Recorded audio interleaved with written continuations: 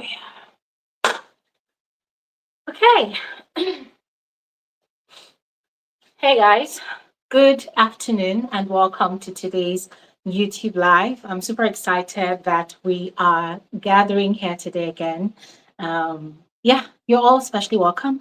My name is Gloria Elijah. This is Frankly Speaking with Gloria Elijah. I don't know if you all can see. Yes, Frankly Speaking with Gloria Elijah. And I am the girl with the tea, as I call myself.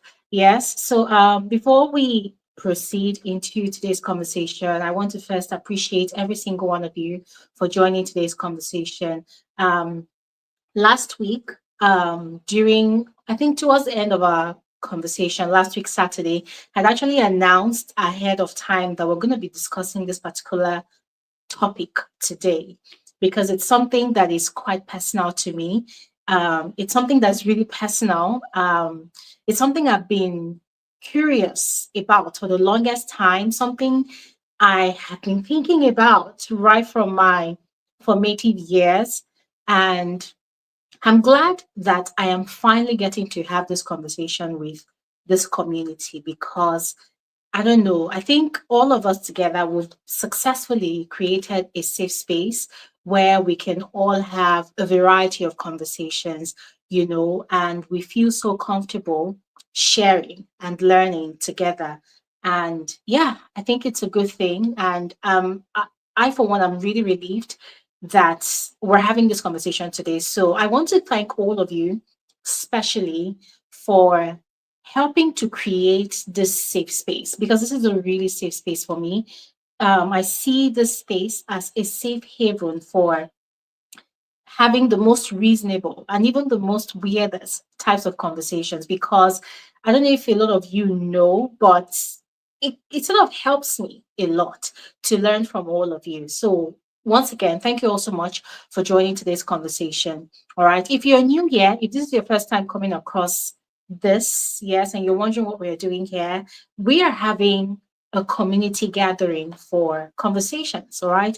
So if this is your vibe, you want a safe space where you can easily and freely express yourself without judgment, without criticisms, a safe space where people can listen to you and, either agree or disagree in the most polite and intellectual manner, and also give a variety of perspectives to balance the conversation.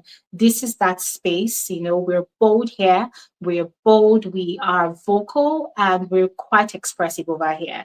But we do it in the most polite and in the most friendliest of ways. So you are especially welcome. And if you are an OG, if this is not your first time, thank you so much for making our time to join us once again today. You are all especially welcome. So enough with all of the welcoming, welcoming, welcoming. I see all of you amazing folks in the comment section. There's Dorothy Ma. Dorothy, you are especially welcome. Thank you so much for tuning in. There's Erica.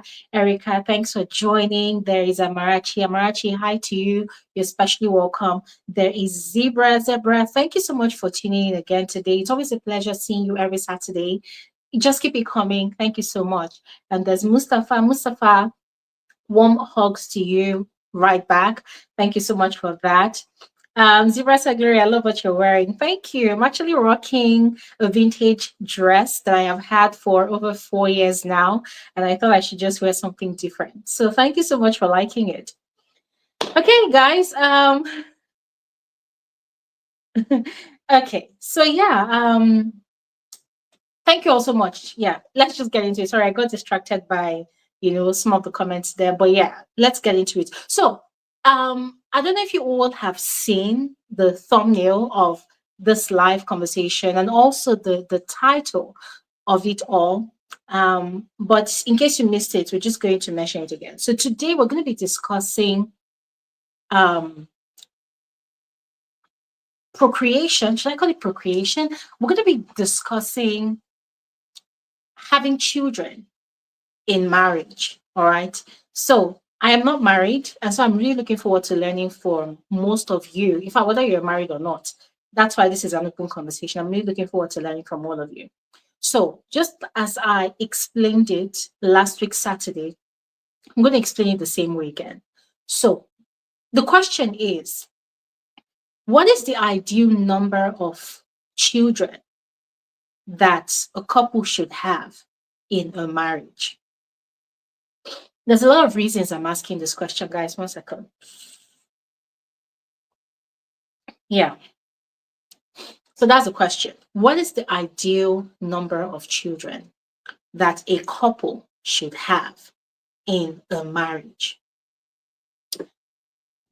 I've noticed I've noticed that back in the day, I don't even know if it happens still now, but back in the day, couples used to pride themselves in having as many kids as they can boast of having. You will see a family of 10, 11, 5, 6, you know, there's the father, the mother, that's the parents, and then there's like 5 kids, there's 6 kids, there's 7 kids. My family, my parents had 7 of us. One is late, God rest his beautiful soul. But my family, my parents had 7 of us. I mentioned last week that there's this particular man in one of the churches I grew up attending. This man had, I think, 4 different wives and different concubines. And so in total, he had 50 children. 50, yeah, 50 children. He had 50. Count it 1, 2, 3, 4, 5. This is five again, and just keep counting 50 whole human beings. This man had 50 children. Now, the man was not poor, he was quite wealthy, but they had 50 children, right? So that brings another angle to this conversation, right? I'm gonna shed more light on it later. But as I said, back in the days, because I'm a 90s baby, I was born in 1990, the year 1990. So back then, growing up, I used to see a lot of, families with many children, many children. Where I grew up, the environment where I grew up, you will rarely find a family where they have only 2 kids. It was like a taboo, it was like a crime. If there were to be a couple that had just one child, people would treat the woman, especially, like she was barren, like she was infertile, like she did not have any child at all. I mean, this woman has one child already, but they would criticize her, they would judge her, they will, you know, alienate her to some extent, like she doesn't even have any children at all, whereas she has one. And so that woman will now be forced to have more children. There was one that had 2 already, and then a home accident happened, where she was bathing the child, and there was a bowl of water, very hot water.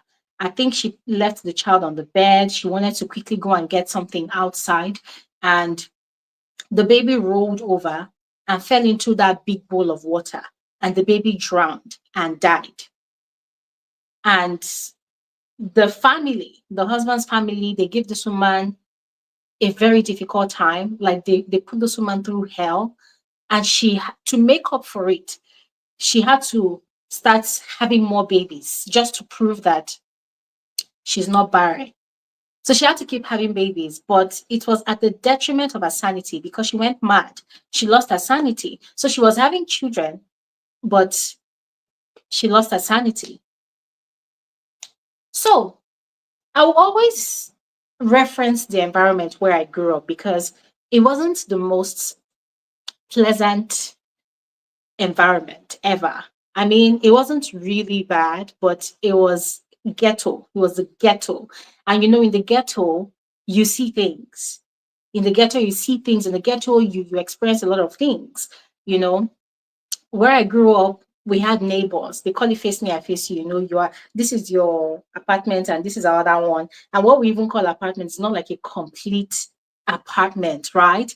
It's like maybe it's one room you're living in with your family. You see one room. When I say one room, like this one room like this, right? This is one room, and you see a family of 5, a family of 6, a family of 7 living inside that one room. And then there's a shared kitchen where everybody has a table, everybody has their stove, not gas, but stove. Everybody has their stove where they can cook. And then there's there's a public bathroom and toilets, right? Two bathrooms, two toilets. They will say one bathroom and one toilet is for men, the other one is for women, and that is how it is. And then they will now share. It's like a tiny little community in that whole environment. So they will now share responsibilities that, okay, today this family will sweep the compound and wash everywhere. Tomorrow this family will do the same. And then it's division of labor. It's like that. So it's like in that one compound, it's like everybody is in your business. Everybody knows what's happening in your house. Everybody is nosy. That's the point. Everybody is nosy. So there was also a thing of a competition, right? And guys, this is just my experience. I'm sure that everybody else has their own personal experience, and you're all welcome to share your experience because, hey, why are we gathered here today? So, aside that, as I mentioned already, there was like some sort of spirit of competition where if a couple has one child, and maybe there's another couple in the compound that this year they had a baby, maybe it's a girl, and that couple that has one child has a boy child. It's like a competition to have another baby that is a boy. So watch and see that next year the wife is pregnant again, and I don't know however way, but she gets pregnant again and she has a baby. If it's a boy, she becomes really cocky, like, yeah, whatever. I have a girl and I have a boy. Now, that one probably feels fulfilled. But then there's another family where they have 5 children, right? And it's a mix. There are boys, there are girls. Now, the one that has a boy and a girl already now begins to feel like, oh, is this woman trying to challenge me that I cannot have as many boys as many girls as she already has? And so what you get is every year there's a pregnancy, every year there's a childbirth. And so you see the compound where I grew up, it became so full. There are babies everywhere, like children everywhere. From this one household, you are seeing like 5 children. From this particular household, you are seeing like plenty, like there's just so many children. And then the one that has maybe just one, that one, the other ones that have plenty, it's not like they now gang up on that one, like this one, what are you waiting for? Oh, you want to show people that you are a CC? Oh, how can you have only one child? You're not even a full-blown woman. So there's a lot of pressure from these other ones on her to have more children. Nobody knows whatever her challenge is, whether she's struggling with infertility or whatever, but there's just that sudden judgment, that pressure on her that, oh, why is she choosing not to have more children? Is she the most flimsy excuse that comes to their mind that they always gossip about most of the time is she's trying to form that she's a single sissy, that's a single fine girl. So she doesn't want to change her body too much. So it's now like this crazy malice, this animosity against this particular person that has just one child. So they will not allow her breathe or rest until she now gets pregnant. And the moment she gets pregnant and has a baby, the way they will celebrate the fact that she has this new baby, they celebrate her like she was actually barren all this while, like she never had a child at all. Now, these are animosities that's just happening on the surface level, right? Now, talk about the children below all of this drama that's happening at the top, right? And guys, this is just the community pressure, the community judgment, the community animosity, the community malice that's going on. We don't even know what's happening between the couple and their in-laws, their relatives. Their relatives are there. They're also putting pressure on this particular woman or the couple, but most of the time it's the woman that they always blame, that why do you have just one child? Or if it's 2 children, or why do you have just two? Can't you look at your mates? Your mates are giving birth to many. What is wrong with you? Can't you have many? It's always the woman that they always blame. And it becomes worse if the woman has 2 girls. It's a problem. Oh, your mates that are giving birth to boys, do they have 10 heads? That's always the comparison. Do they have 10 heads? Why can't you give birth to more, to more children and also give birth to boys? Why are you always giving birth to girls? What's your problem? Now, ladies and gentlemen, all these things that are happening, it creates some sort of ripple effects on the kids. Because what you then get is, in that same environment, you find out that in a household where there are five or four, or maybe six or seven and above children, you find out that the parents are so busy trying to provide for the kids, for the family. They are so busy hustling. They are so busy doing what they can to just survive, right? And mind you, not all of these families are poor in whatever sense you can think of. Not all of them are poor. Some of them are just comfortable, right? But you find that they are always very busy trying to cater to these children, trying to raise their family. And so what happens is attention begins to shift from all the children. There's always one or two that are favorites to the parents. I've heard people tell me that, oh, I love all my children equally. I don't believe that. I don't believe there's any couple that equally, in the same degree, the same level, beyond all reasonable doubt or unreasonable doubt. I don't believe that there's any two parents that equally love all their children the same way, because I have seen too many things that has convinced me otherwise. I do not think such sameness of love and affection exists. I do not think.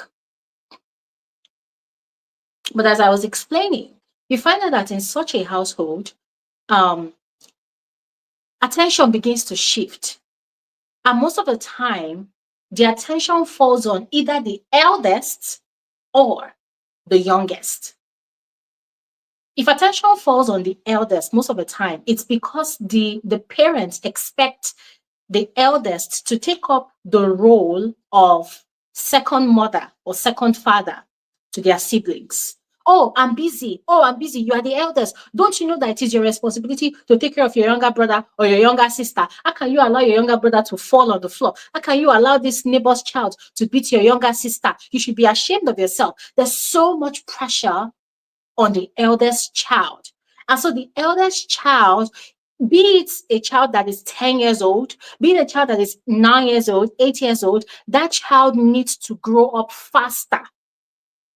Not in age now, but in responsibilities. The child needs to grow up faster than the rest of the siblings. Why? Because the parents have automatically imposed on them the responsibility of catering to their siblings.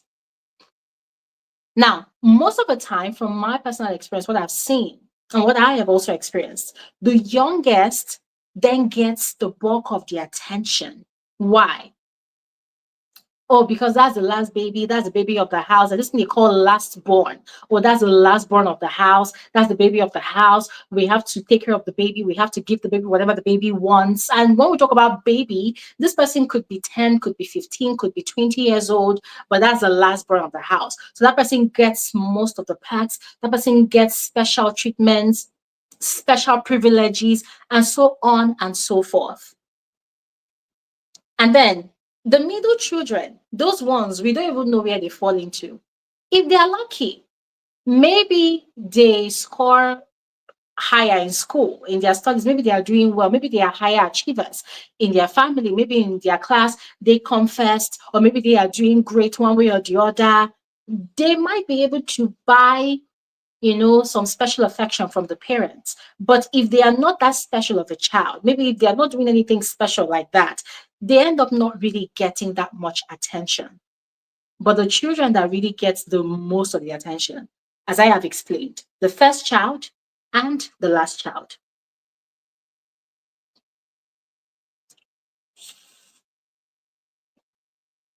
I'm going to use my family as an example. My siblings might see this and they might not like it, but I'm trying to I'm trying to heal myself of all of these plaguing thoughts because they are plaguing thoughts. I've carried this thought for the longest time. And I mentioned last week to you all that my mom came visiting and I'd asked my mom, I'd asked her that why did you give birth to seven of us? Why did you just keep on having children? You just keep on having babies and babies. Why? Now, personally, I've actually heard the story. I've heard the story several times over from my aunties, my elder siblings. They've told the story over and over, and the story was not so pleasant. But I needed to hear from my mother directly. So, for those of you who do not know, in my family, as I mentioned already, there are seven of us as children, seven children, right? Plus my parents. You can call us a family of nine. So, seven children. The first three children are girls, no boy. And typically, in my father's family, if you don't have a male child, you are not respected. You are not seen as a full blown woman. In fact, you're not even seen as a woman that is worthy of being referred to as a mother. If you have a girl child, it's equals to you being barren, it equals to you being infertile. So my mom was treated like she was infertile. I mean, this is a woman that has three girls as her first, like the first is a girl, the second is a girl, the third is a girl. She's seen as infertile. And the reason why she kept on having is because they kept on trying for a boy, right? So the fourth one, to the glory of God, turned out to be a boy. And God rest my brother's soul. He's late now, but yeah, he was born. And my father showered him with all the love, all the care, all the affection. I knew because even if I was a sixth child, I grew up to see the favoritism in my family. The way my father would give my brother so much attention. And my brother was such a good looking child, so handsome. It looks like my mom. One day I'm going to invite my mom to my channel completely so you guys see my mom completely. My mom is such a beautiful woman, very dark skinned. Her complexion is so beautiful that even though she's over 70 now, she still looks stunning. My mom is so beautiful. She's gorgeous. And she's got this gorgeous frame. Her physique is perfect, and so she gave birth to the replica. My brother was a replica, so my brother received so much love and attention, not just from my dad, not just from my mom. And my mom too, she could not help herself because she had gone through hell with my dad's family. They'd given my mom hell. They'd given her hell, especially when she gave birth to my third sister, my third elder sister. They gave my mom hell because they were like, you've given birth to this abomination again, that kind of thing. So when she now finally gave birth to a boy, it was like God has finally recognized me in the face of my enemies. So this woman was so overjoyed.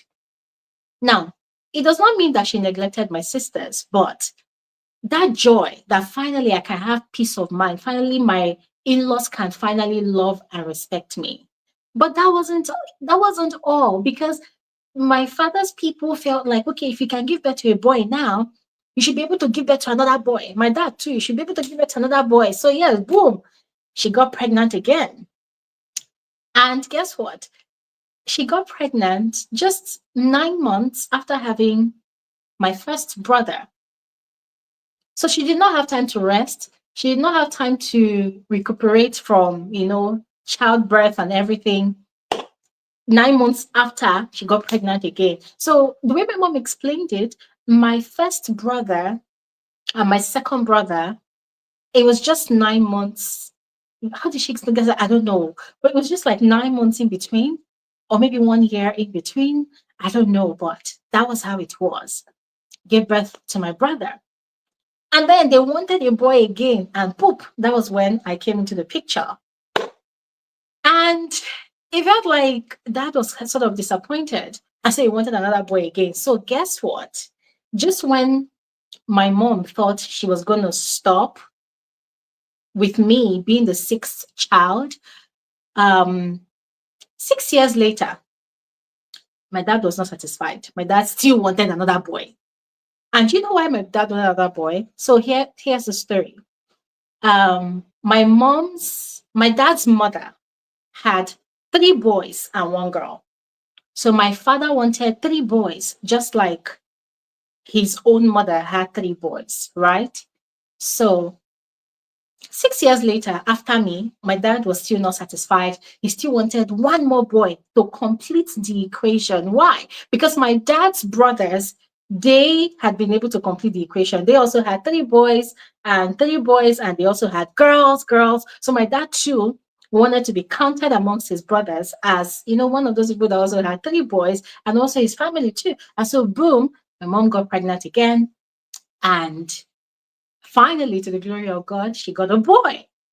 And that boy was sport silly, just like the first boy.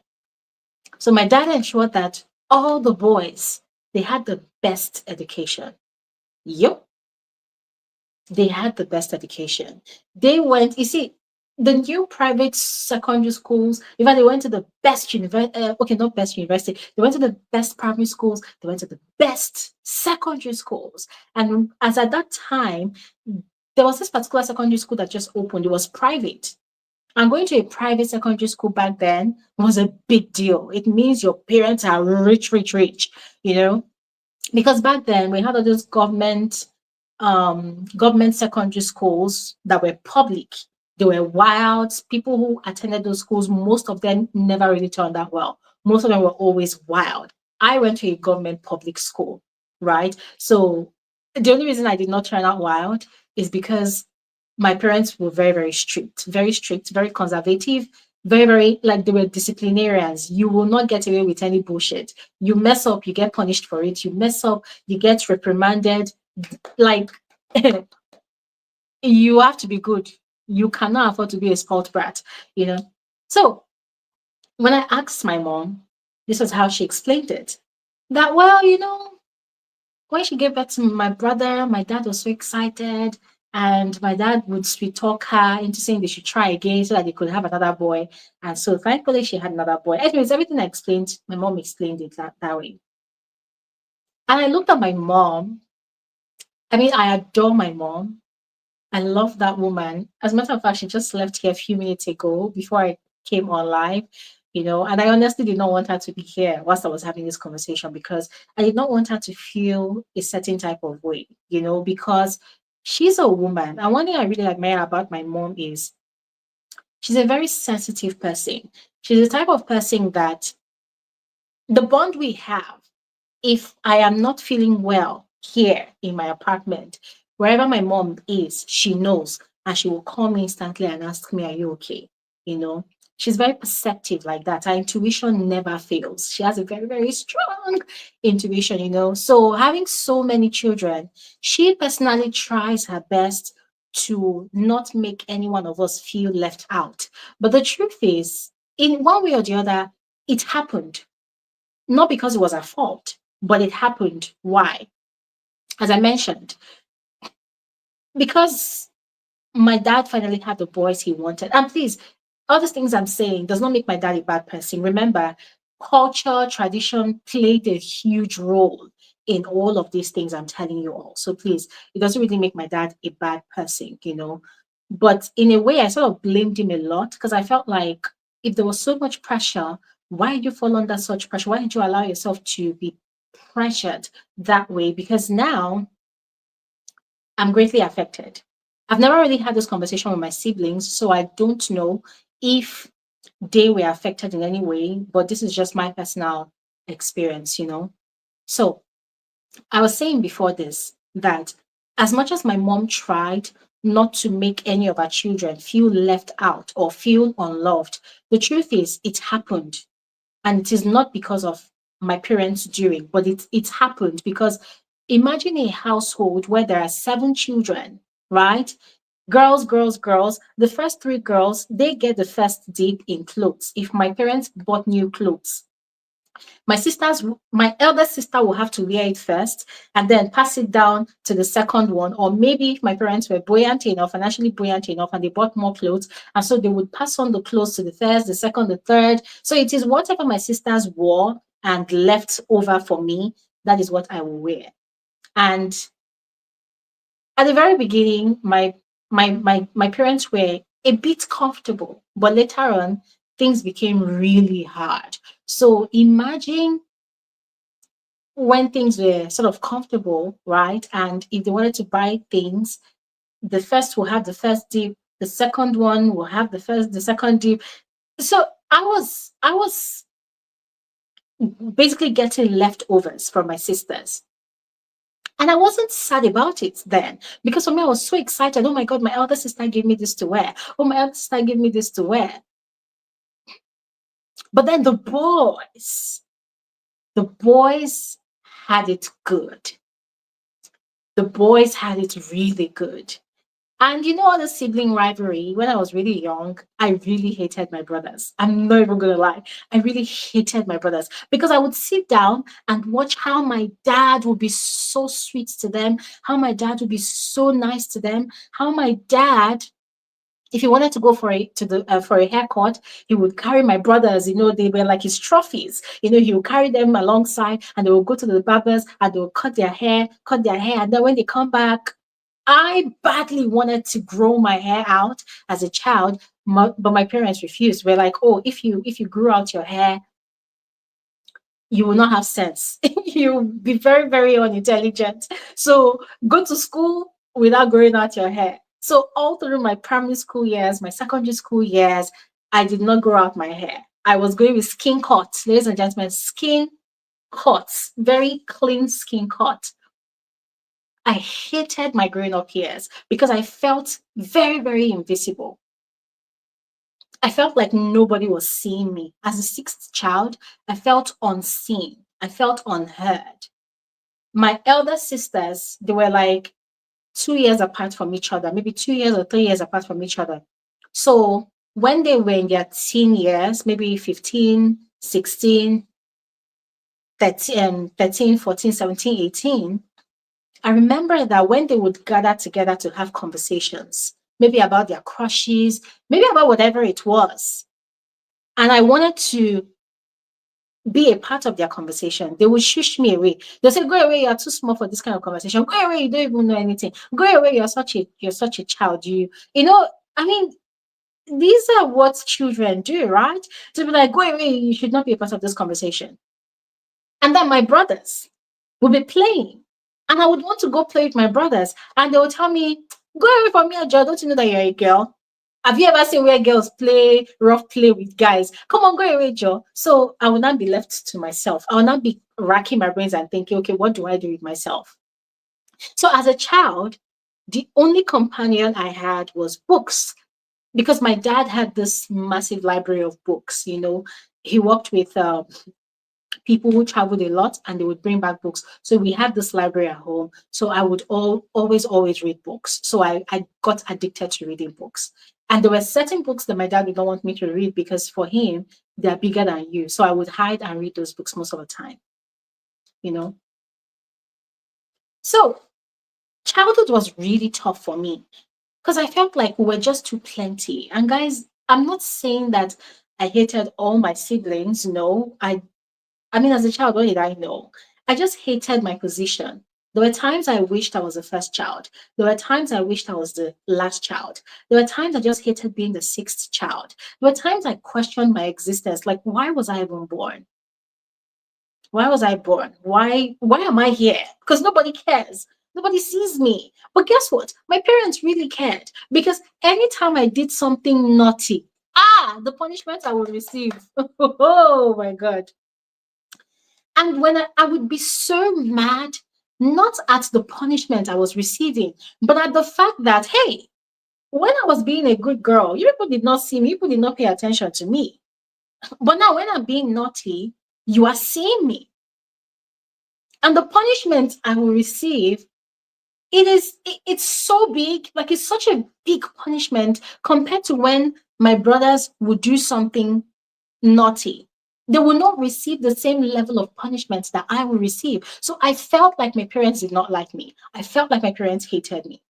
And for every time I thought about it, I always blamed the amount of children we were. I just felt like we were just too many. Like, why? Why were we many?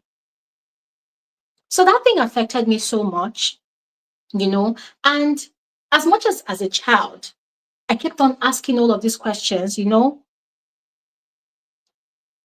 I knew my parents. Okay, I'm not gonna lie. I did not know my parents loved me. Let me not even lie.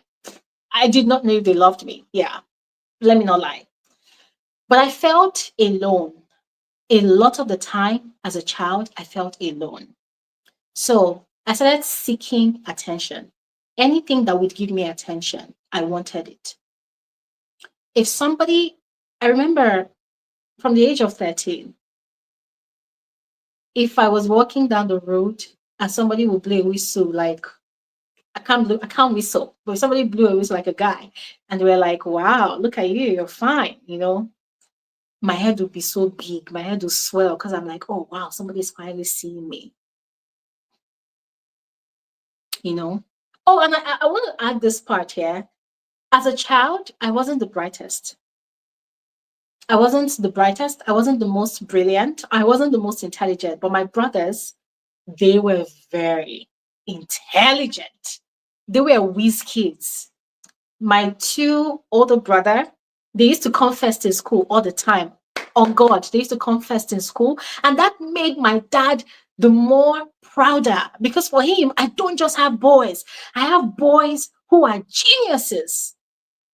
So my eldest brother, it was like he was king of mathematics, physics, chemistry, further mathematics. So he was in the sciences. The second one too. I mean, the second one literally went to university and studied physics, and he came out with the first class. Yeah, that is how brilliant, intelligent my brothers are.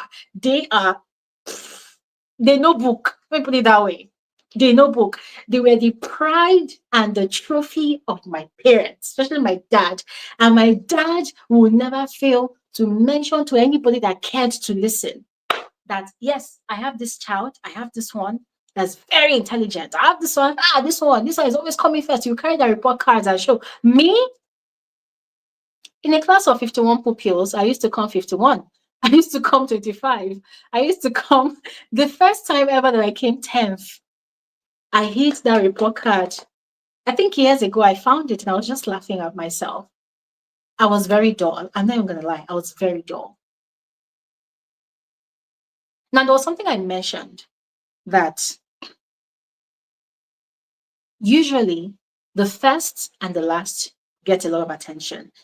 And I also mentioned that as a middle child, except you are extraordinary, that is when you'll be really noticed and given a lot of attention.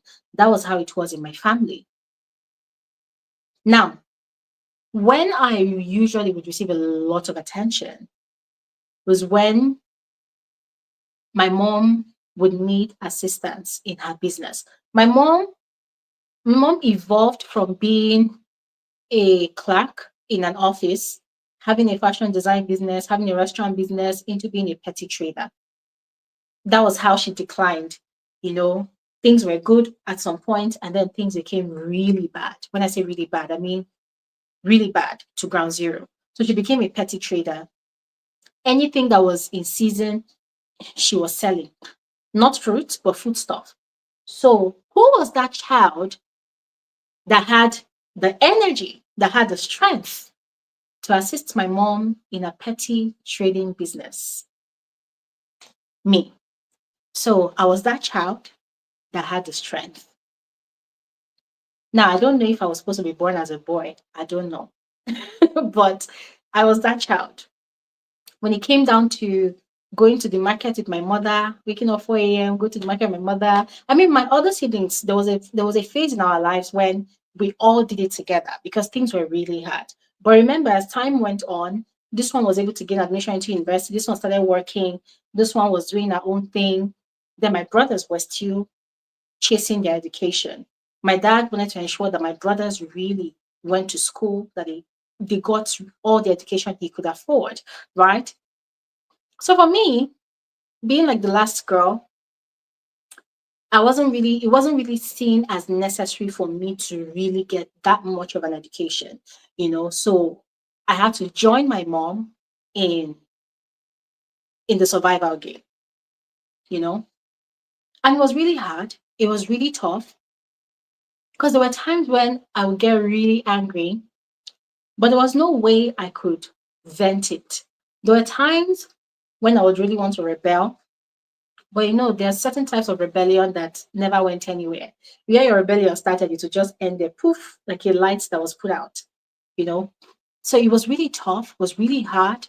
And I was really angry. As a child, I was always angry. I was always angry. There were the good times, don't get me wrong, there were the good times. There were times where I was just really happy playing with my brothers because, as much as my sisters would chase me away that I was too young to listen to their conversations, there were times when my brother, even if my brothers would chase me away, there were times when they would still welcome me. So I was kind of tomboyish in a way, because I was always wanted to play with boys. I felt like it was only the boys that could understand me, you know. And even till now, I relate more with boys more than girls because sometimes I'm having conversation with girls and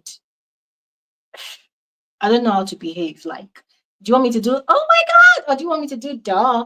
What do you want me to do? So I'm just watching, you know? So I don't want to go into deep into my childhood because it was really traumatic for me. It wasn't the most pleasant phase of my life. It wasn't. Sometimes when I think about it, I'm not really happy. It makes me sad, you know? But I would latch on to one point I made that as a child, having six other siblings, including myself, seven, I felt very invisible. I felt very unseen. I felt very unloved. I did not get a lot of attention. The only time I got attention was when I was naughty. And most of the time, me being naughty was me revolting. I was rebelling. I wanted them to see me. So for them to really see me, I would have to rebel. I would have to do something crazy that would make them really notice that, oh, this one exists out of the many. And a lot of times I'll get punished and sometimes I got used to the punishment. So for me, yeah, let me just say whatever. She used to flog my hand with cane. She used to flog me with belt. She used to tell me to go and kneel down. She used to tell me, so I got used to it. So I was very rebellious. And for my parents, their love language was acts of service. If we're going to use modern day terms now, right? But back in the day, the way most parents knew how to prove to their children that they loved them is either by ensuring that there was food in the house or they gave them an education. They sent them to school. A lot of parents could only afford to send their kids to school up to secondary school level. The moment that child or their children are able to get their WAEC certificate, high school certificate, they stop there and they tell the child, well, you have to do the rest for yourself. After all, my parents did not give me all the education I wanted. So you go ahead, train yourself however way you want to train yourself. So some parents are so generous that they will enroll their children in a skill trade. Some of them will enroll them in a mechanic academy to learn how to be a mechanic or learn how to be a trader or learn how to be a plumber or learn how to be a fashion designer or learn how to be a hairdresser, which was the most common. You either learn how to be a hairdresser or you learn how to be a trader. Which one? Or a fashion designer. They call it a tailor. Learn how to be a tailor. But my parents did not do that. For them, it was education. So they tried all their possible best to ensure that one way or the other, we got some education, you know. just get into school. That was their own. Just get into school. But when you get into school, you have to fend for yourself. So most of the time when I was in university, I was fending for myself. And I don't want to tell you all I was fending for myself because it's probably illegal. Yeah. But okay, let me just say it. Let me just say it.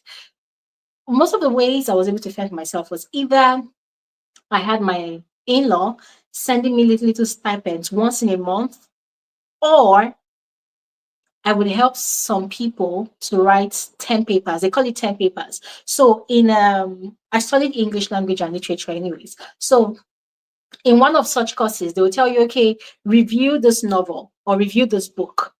I was very good with writing. I'm still very good with writing. So they say review this book and tell us the theme, the mood, all those things about literature. I was very good at that. So I would do that and I would charge like 3,000 naira or 5,000 naira. And in the 2010, 2011, when I was in university, it was a lot of money for me. For me, I mean, for someone that was not really seeing that much. So, as I said, my parents' way of sharing love to myself and my siblings was education. That was their love language. My parents were not the type that will hug you when you're sad. They were not the types that will hug you when you're down. They were not the type that will give you a kiss on the forehead. They were not the type that will carry you up and bounce you up and down and hug you. They were not physically affectionate like that. They were not. I mentioned one time on my channel that my dad never ever hugged me. Never. Maybe when I was a toddler, as a baby, maybe he did, but I have no memories whatsoever of my dad hugging me like, oh, my daughter, hug, hug, hug, kiss you on the forehead. I have no memories of that. And there were times when I craved it, you know, when I craved it, when I really wanted to know how it felt for a parent to hug a child, and I don't know how that feels. It's now in my adult years that my mom and I were now very close. That when she comes to visit, she would really hug me, and I'll find myself staying in her arms for longer, just to just be there, But growing up, I never really felt that. So I played the blame game for a long time as a child. And when I say as a child, teen years, early 20s, I played that blame game a lot. I was constantly blaming my parents for having just so many children. Now, why did I share this part of my life? I shared it because last week I asked that question, that what is the ideal number of children that a couple should have in a marriage? And a lot of you actually responded that, oh, have as many as you can take care of.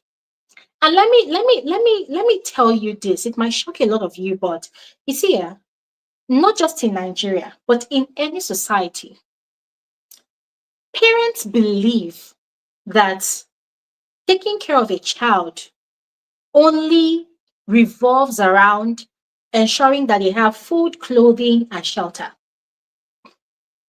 And also an education, maybe education about life, book education, maybe life education, maybe social education, financial education. A lot of parents believe that that is the ultimate way to take care of a child. If you ask an average couple, can you take care of your children? They'll say, oh, of course, I provide for my child. I give them food, I give them clothing, I give them shelter, anything they want, I give them, anything they want, I give them. You see, that is actually wrong, in my opinion, because especially in this society, a lot of parents have completely ruled out the emotions and the mental health of their children. They do not know. I'll put it as a case of ignorance, or maybe just outright neglect. They either ignorantly are not aware, or they intentionally neglect the emotions of their children. I always ask this question when I see couples who are like, oh, I want to have 5 children. I want to have 6 children. Hey, you're very fertile. Go ahead and have as many children as you want. After all, the Bible says, be fruitful and multiply, right?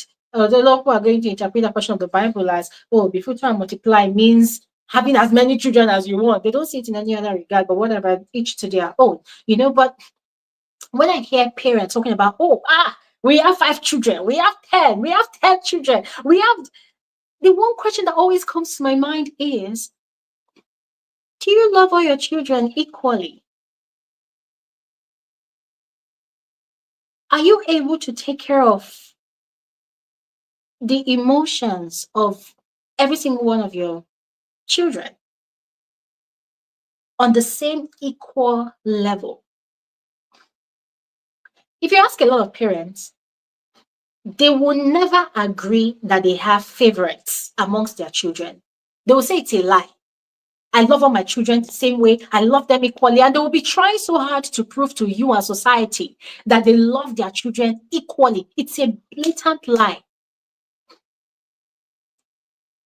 It's a blatant lie. I don't believe that that is true. I don't. And it doesn't matter if the parents are billionaires or millionaires or if they are paupers. It doesn't matter. Some people would say, the billionaire, okay, I'll use an example now. There's this billionaire in Nigeria, Femi Otedola. There was this picture that was circulating the internet that he bought, was it a Ferrari? That he bought a Ferrari for all his daughters. He has 3 daughters. They said he bought a Ferrari for all his daughters. And people were like, oh my God, that is how a billionaire loves his children. I'm like, why do people always water down the meaning of love in a family to material things only? Why? Why do they do that? Why do they always water it down? People say, oh, for your father to have bought you a house, that means he loves you. For your father to have done this, that means he loves you. Well, for some people, they are right, as I always say, each to their own. But I strongly believe that there are a lot of children, be them young children or adult children. I believe that there are a lot of children out there that have been raised in very large families that feel empty inside. And in their life, they always look for something to fill up that emptiness. They always make themselves very busy. They always make themselves very occupied with either chasing a degree or chasing an achievement or an accomplishment or chasing love or chasing whatever that, just to try to fill up that hole in them.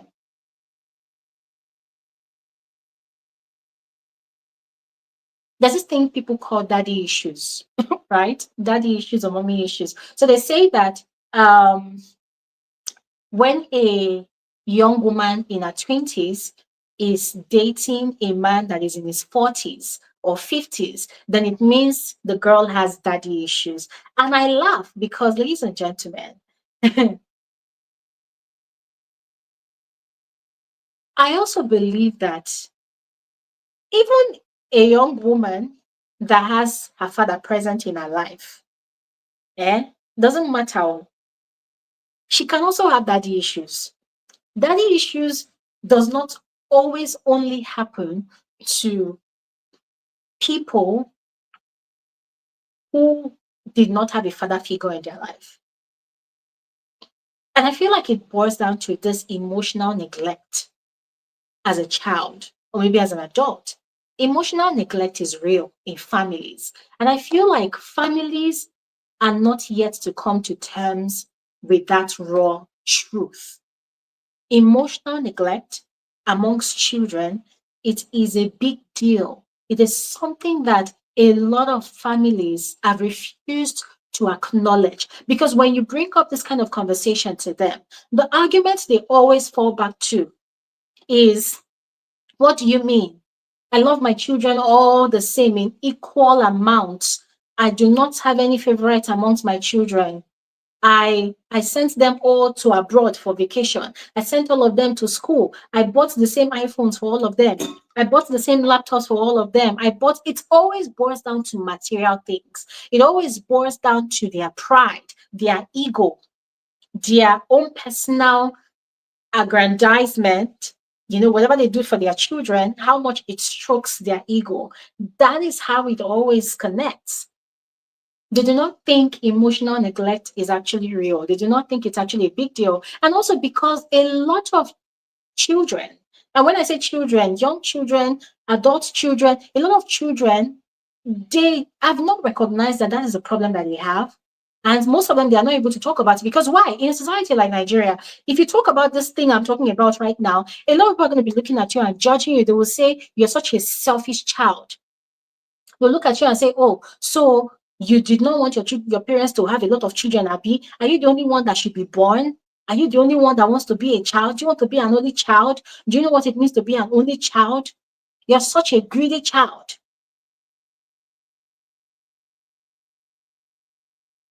Some families even see it as a taboo of having just one child. Why? Because they will be like, that child will grow up very spoiled.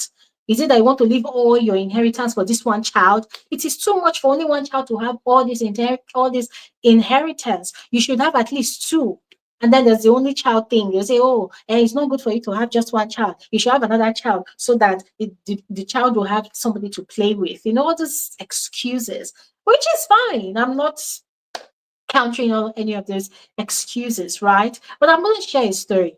I watched. Okay, I read, not watched. Somebody was reading it out. There was a story I saw on one of these social media platforms where. One second, guys. Yeah, there was a story I saw. Um, this woman and the husband, they have three children, right? They have three children. They have two boys and a girl. The first is 15. The second is 16. I think the boy is the eldest. The boy is 15. The girl is 14. Then the last child is 12. Just 2 years age. No, I hope I'm not getting this mixed up. I think the first child is 16 and the second one is 14.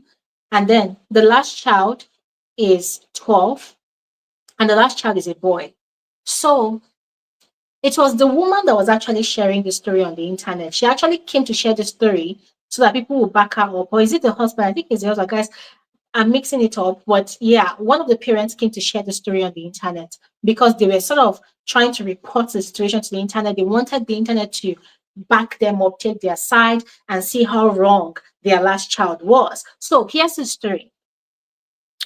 Anytime the woman was going out, she would take the first two children, the 16-year-old boy and the 14-year-old girl. She would take them out. When you're going grocery shopping, she would take them out. Now, there's been several occasions where the last child, the 12-year-old boy, would go to the mother and say, oh, I want to come along. They say, okay, go and wear your shoes and come and meet us in the driveway. By the time that child will go outside to go and meet the mother has driven off. So, in other words, to cut the long story short, the mother enjoyed spending more time with her first two children than the last child. Always giving attention, privileges, special biases here and there to the first two children whilst neglecting the last child. Now, okay, I remember it was the man that came to share the story on the internet. So, according to the man, he has talked about this to the wife several times that don't you think you're actually neglecting your child? And you might be like, no, no, no, that's, oh, yes. And J said she came across the story. Bless you. So the man has brought this to the attention of the wife several times. That don't you think you're actually neglecting this child? And you might be like, because the first two children are grown, so it's easier to hang out with them more than the 12-year-old child. So she did not do anything about it. Meanwhile, the 12-year-old child was fuming with so much anger, so much emotions of toxic. Like this child was angry. And this child had been screaming out loud in so many ways to draw attention to the fact that his family is neglecting him. His family is not giving him any emotional support, any form of attention. So, what happened? On one fateful day, I think that boy complained about something. Guys, I saw this story a long time ago, so I can't really remember all the details. But this boy had complained about something, and the mother had not given attention to that thing. What happened? This boy pounced on his mother, punched. Was it whether he punched the mother or slapped the mother? And this guy, a 12-year-old boy, this is almost a man because their bones are stronger. They are almost a man already, right? They're almost a man. That's their adolescence age. So they're almost a man. This boy pounced on the mother and like he was punching the mother like a boy, like a man, beat up the mother to the point that the father was shocked. Said the father said he was so shocked that they called the police on that child. I think they called the police on the child. But the end point of the story is that the child was so frustrated of being stifled in that house, of being neglected in that house. And he had complained so many times, but nobody was giving him attention. Even his siblings were not really even giving him attention because they were busy enjoying all the attention from their mother. This boy, this 12-year-old boy, felt so neglected that he had to take out his frustration via physical violence on his mother. And guess what? They called the police on this child. And then end of the story was they sent the child to go and live with his grandmother. They banished him from the family to go and live with his grandmother. And then the father was the one that was telling the story to the internet. And he was asking the internet, am I the asshole? Did I do the wrong thing? Was I a bad father? After I read that story, I wept for that child. Why? Because I could relate, because that was how I felt. I felt so neglected. I felt so invisible. I felt so unacknowledged, unseen, to the point that there were days when I felt like lashing out at everybody around me. But hey, I'm not a violent child, so I couldn't beat up anybody to, really expend my frustrated emotions. I couldn't do anything violent like that. Although I was very rebellious, but I couldn't really harm anybody out of my own frustration. But when I read that story online, I was sad for that boy. And I'm sorry, hate is a very strong word, but on behalf of that child, I hated his parents completely, especially the mother. I hated the mother. And I told myself, if I were that child, I'm sorry, forget being a bigger person. I am not a bigger person. I am just a child. If I am that child, I will never go back to that house. I'll never go back to that house. I will excommunicate myself from that family. Because it's very obvious that in a way, it's like the mother regrets having that boy. Because why will you have this is just three children, no? Why would you have a third child and everything about your existence is as if that child repulses you? It's like that child is repulsive to even look at. It's like that child is repulsive to even spend time with. And trust the internet to do their thing. Everybody was dragging the father, dragging the whole family. Because everybody was like, well, the man caused it. Because you saw your wife neglecting your son. Did you yourself give your son that much attention? Did you call your wife to order? Did you call for a family conversation to warn everybody about neglecting that boy? And you trust all these nonsense people when they come to share their story, they begin to use all these nonsense words. Oh, that child has a tendency to be physically violent. If people turned that boy into a monster. And I don't even think he's a monster. That's a child crying out of frustration. And for him, he has talked, he has cried, he has begged to be carried along. People did nothing. The only way he knew how to react was to just be physically violent. And what do you want to teach a child that you did not even spend time educating about life? How do you want to blame such a child? So, ladies and gentlemen, I feel like I've actually spoke for long. Um, I'm going to stop talking right now because I would love to hear from all of you. All right. So please let me put out this disclaimer. I am not talking down on families that have 3 kids, four, five, six, or however many they decided to birth. I'm not talking down on anybody. I'm just asking a question because I feel like this conversation is not had enough. It's a taboo conversation. It's a conversation that when young adults even bring it up, people query them, people criticize them for even having the audacity to talk about it. Why? Because people would see us as being selfish. People look at us and they feel like we're selfish. They feel like we're just being unnecessarily, you know, what's that word now? They feel like we're just being unnecessarily, what's that word now? Like we're just complaining unnecessarily. But for me, I know what it's done to me because it has turned me into a young adult that has made up my mind about the number of kids I will have. Yeah, I know the amount of kids I want to have, and it's definitely not up to even 3. Because for me, that's a lot. I grew up in a large family.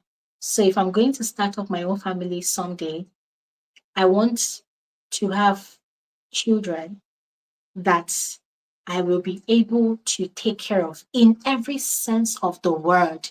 Take care of. I don't want to have children that I will be able to take care of only according to societal standards. I don't want to have children that I will not be able to hug, that will not be able to shower with attention, that I will not be able to be best friends with, that I will not be able to love fiercely the way I want to love them. I don't want to have children that I will send to school or possibly send on vacation and I'll give myself a pat on the back and say, oh, I'm taking care of them. Nah, that's not it for me. So I want us to have this conversation. I'm going to go ahead and share the link in the comment section because, of course, I want to hear from all of you. What is the ideal number of children that a couple should have in a marriage? What's the ideal number? If you have anything to contribute, you have anything to share, please click the link in the comment section and come, let's have this conversation. The link is in the comment section. Let's talk. Yes, so we have Queen Omo here. Hi, Queen. You're Hi, welcome to the conversation. hello. Good morning, love. How are you? I'm fine. How are you? I have a lot to say about this topic. It's Yeah, funny. Unpopular opinion. Okay, so I'm gonna give you 4 points. yeah, Number one, I feel like married people and people in relationships, and I don't know if it's because we're Nigerians, but they feel as if though if you don't have a kid in your marriage, there's something wrong with you. You get what I'm saying? I true. think we need to normalize that not everybody wants kids. Not Mm-hmm, everybody is emotionally capable of loving and caring for a child. And some mm-hmm, people just don't want kids. Personally speaking, I think people that have multiple kids in terms of like 5 or more, I feel like it's for selfish reasons. And the reason why I said that is because number one, I'm a strong believer that parents that say, "Oh, we love all the kids equally." That's a bloody lie. Number true. two, that's a bloody lie. Number two, you will always have a favorite. It could be where True. one of the child looks like the what's it called, my father's mom, and that my the Mm-hmm, father did not play with the mom. Favoritism day right there. I feel like mm-hmm, people have because there's this celebrity in this America, Kiki Wyatt. She has 12 kids. Let me repeat myself. She has 12 kids and she still wants to keep going. And she made a statement one day and she said, I have a lot of kids because if a man does not love me, by the way, she has failed like marriages. She has divorced 3 times. She was like, if my husband, I mean, my kids don't, I mean, if a man don't love me, my kids will love me. That should not be your kids' responsibility. I am At so sorry. all. That should not be the responsibility because you are having 12 kids because of what? On top waiting. I don't care if you're rich because she is rich, but it's an emotional, it's, what's it called? It's a selfish approach of why you're having the kids. And that bothers me. And then another thing that bothers me is the fact that parents, no, unpopular opinion, I feel like when somebody is barren and when somebody is suffering to have a kid, they appreciate the kid more than when they just conceive anyhow, anyway. That's my own opinion. And the reason why I said that is because you know that sometimes, let me use this analogy for you. When somebody is looking for something and you're working hard for it, you will appreciate it more than when it was just given to Exactly. you or handled to you. And that is what I see parents. Because when I tell you something, my biggest pet peeve, I hate Nigerian parents. Let me repeat myself. I hate Nigerian parents because I don't understand how a child will jejely date heaven. You bring the child to life and then you now treat the child as if no be God created them. And I'm like, I'm confused. Like you're telling me you got pregnant for 9 months. You got pregnant for 9 months. You carried the baby for almost 10 months, postpartum, everything. And then you're treating your own child like complete crap. Are we okay with Mhm. that? Are we okay here?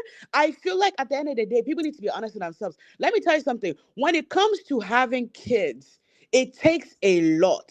And then I hate when I see statements on social media when they were people be like, "Oh, my parents made me suffer. The kind beating I would chop, I chopped when I was a child. I cannot wait to do that to my child." Are we mad here? The fact that you want to pass on your past trauma to other kids because of your past trauma, because you feel like they suffered, make I suffer too. Are we okay? Are we mad here? Because the thing is that what I cannot respect is the fact that if you kids are beautiful to have, kids are beautiful to have. But Mhm. let me tell you something. As a firstborn, let me tell you, I'm the firstborn of my father and my mother. When I tell you that right now, I'm about to be 30 on the 25th of this month. Still, right now, they cannot pay me to have a child because number one, I was raising kids that was not See, even my own to begin with. see. Same thing I said. You Listen, become a second parent. let me give you an example. 2023, I have two brothers. 2023, I don't know what they were smoking. I don't know what Igbo they were smoking. When I tell you that both of them, one of them particularly, the one after me, that nigga got arrested 3 times in 1 year for Wow. stupidity. The other one too got arrested. Let me tell you, my parents did not do shingbang. Now me, they drop money. I don't think you understand. Dropping $10,000 for bill, are you share with that Wow. person? Like, are we mad here? My parents did not do Whoa. anything. Now me do everything. And then my father Whoa. now thought, bear in mind, though, my father is 63. My dad now thought life was Gucci. He now decided to remarry. My parents are divorced. They just decided to remarry. My dad Hey. now went ahead to go and have two more kids. I have a 4-year-old sister. I'm about to be 30. Whoa. I have a 4-year-old sister. I have an 8-year-old sister. My father is 63. Now, when there is issues, now when there is problems, I'm the one that gets called. I'm the one that when my little sister and then my stepmom, because she did not know my dad, she'll call me and be like, "Oh, what is wrong with your father? Your father did not used to go to school activities for the kids." I'm like, "Oh, welcome." I said, "Welcome." I was just like, you think my father was single at 50 because he was the best thing to smoke? But that's not the point. I digress of this conversation. But my conversation, what I'm trying to say is that people need to understand that it's okay not to have kids. In a marriage, I don't, what's it called? In a marriage, if two people want kids, that's fine. I love that for you. But because I have a friend, she had a baby last year. Shorty, I asked her, why did you decide to get pregnant? She said, things were not going well in my life, so I decided to have a baby. Are we stupid?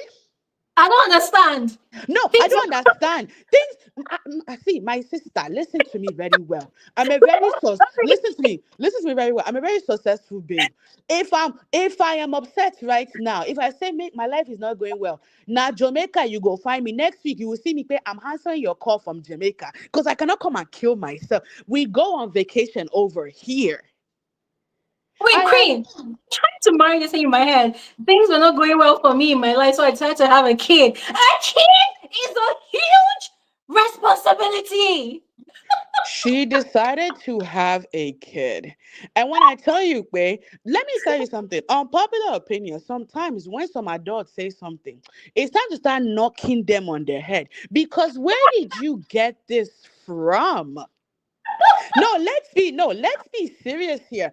It's okay. See, that's the thing. If a couple decide that they want to have 5 kids, I wish them well. But please, let's respect ourselves. Don't pick one child over the other. Make another child Exactly. superior. Make everything kidney. Because my father did it. Let me give you an example. Then one after me, his first son. First of all, they don't like each other. That's the first father and son that I know. They don't like each other. But number one, my dad used to tell everybody I was listening, oh, my brother's a genius. Like he was actually tested for like he's a genius. That boy can build a whole computer. On his level of intelligence, I will give it to Elon. I think they're on the same wavelength. Very brilliant. My dad used to put all his effort, used to brag about him. My dad used to be like, "Oh, Lade Queen don't really know book like that, so but she's managing." I'm like, what's it called now? Now destiny has switched. No, now things have switched because I'm a whole PhD candidate out here. My brother, uncle, did not even finish college because after a while he was like, "Yo, I'm bored," and he's just doing whatever he wants to do. I'm not saying he's better than me or I'm better than him. I'm not saying that, but I'm saying that sometimes, nobody you creates these kids is God. The same kid, most of the time, the kids that they look down on the family be the richest one. Hmm. They be the most successful. Don't look down. That's why it bothers me. And then one thing I hate about parents, especially Nigerian parents, is that you did your kids bad when they were young. But then when you not grow up. It is when I grew up that my father's not telling me, "Wait, when he get off the phone, I love you." And I'm just like, nigga, what? I beg your pardon? I beg your finest pardon. Where are we coming from with this? Queen, have you learned of this other part where especially Nigerian parents, right? They say you have to have a lot of children as investment so that if this one does not turn out well, this one will turn out well. If this one dies, this one is alive. It's not that kind of arrangement. Have you heard of that one? My sister, let me tell you something. My position as the head of the family, as per Olorie beat the firstborn. When I tell you, Kwe, when I'm trying to tell you, Kwe, with the way, personally speaking, I'm telling you, Kwe, I personally, professionally, I I treat my parents fuck up. I'm not even I not disrespectfully, oh. Like there was a day I asked my dad, "Daddy, when you die, when do you want me to bury you?" He said, "You won't kill me." I said, "Please talk now, because I will bury you in America. And if you want to go to Nigeria, mature, talk now, because if you don't talk, I don't know what to tell you later because I don't want you to be coming in my dream saying that it's not my problem." But let me tell you something. Parents see kids as an investment. Why? Because parents, no, because I think people that have many kids, people that have many kids, I feel like they feel like, okay, like I know I have a friend right now. His parents have 7 kids. They have 7 kids, and the mom is a stay-at-home wife. They are rich kids, but then I think the mother and father are fighting, so they no longer talk. So the mom, every month, she told all 7 of her kids that to keep her lifestyle in Nigeria, they each must send her 100 to 200K each every month, equaling to like 700 to 1 million. Investments. I said, Investment no, has spoken. when the son told me, I said, I mean, Alaye, you got the money, but like one thing I understand. Oh my God, Queen. Queen, are you there? We can't hear you. Oh my God. Maybe she has a call on her device. Queen, are you there? Okay. I think we're just gonna. Okay.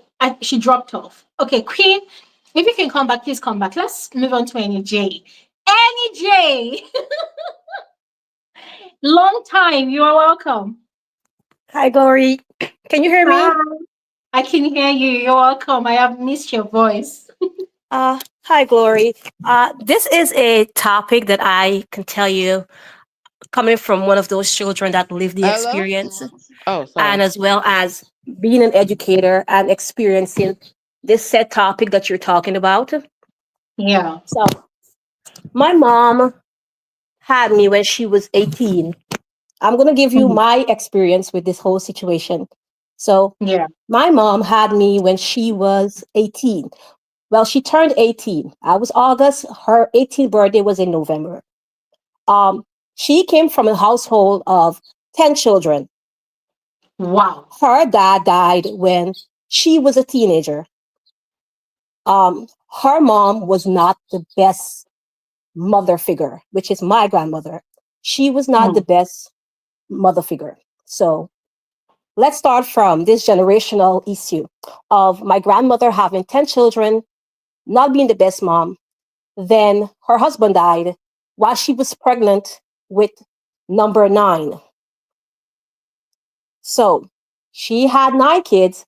My mom was now forced to drop out of school, being the second eldest, to help raise her siblings.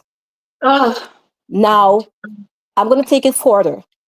My grandmother still went ahead and had one more child Like, after having nine.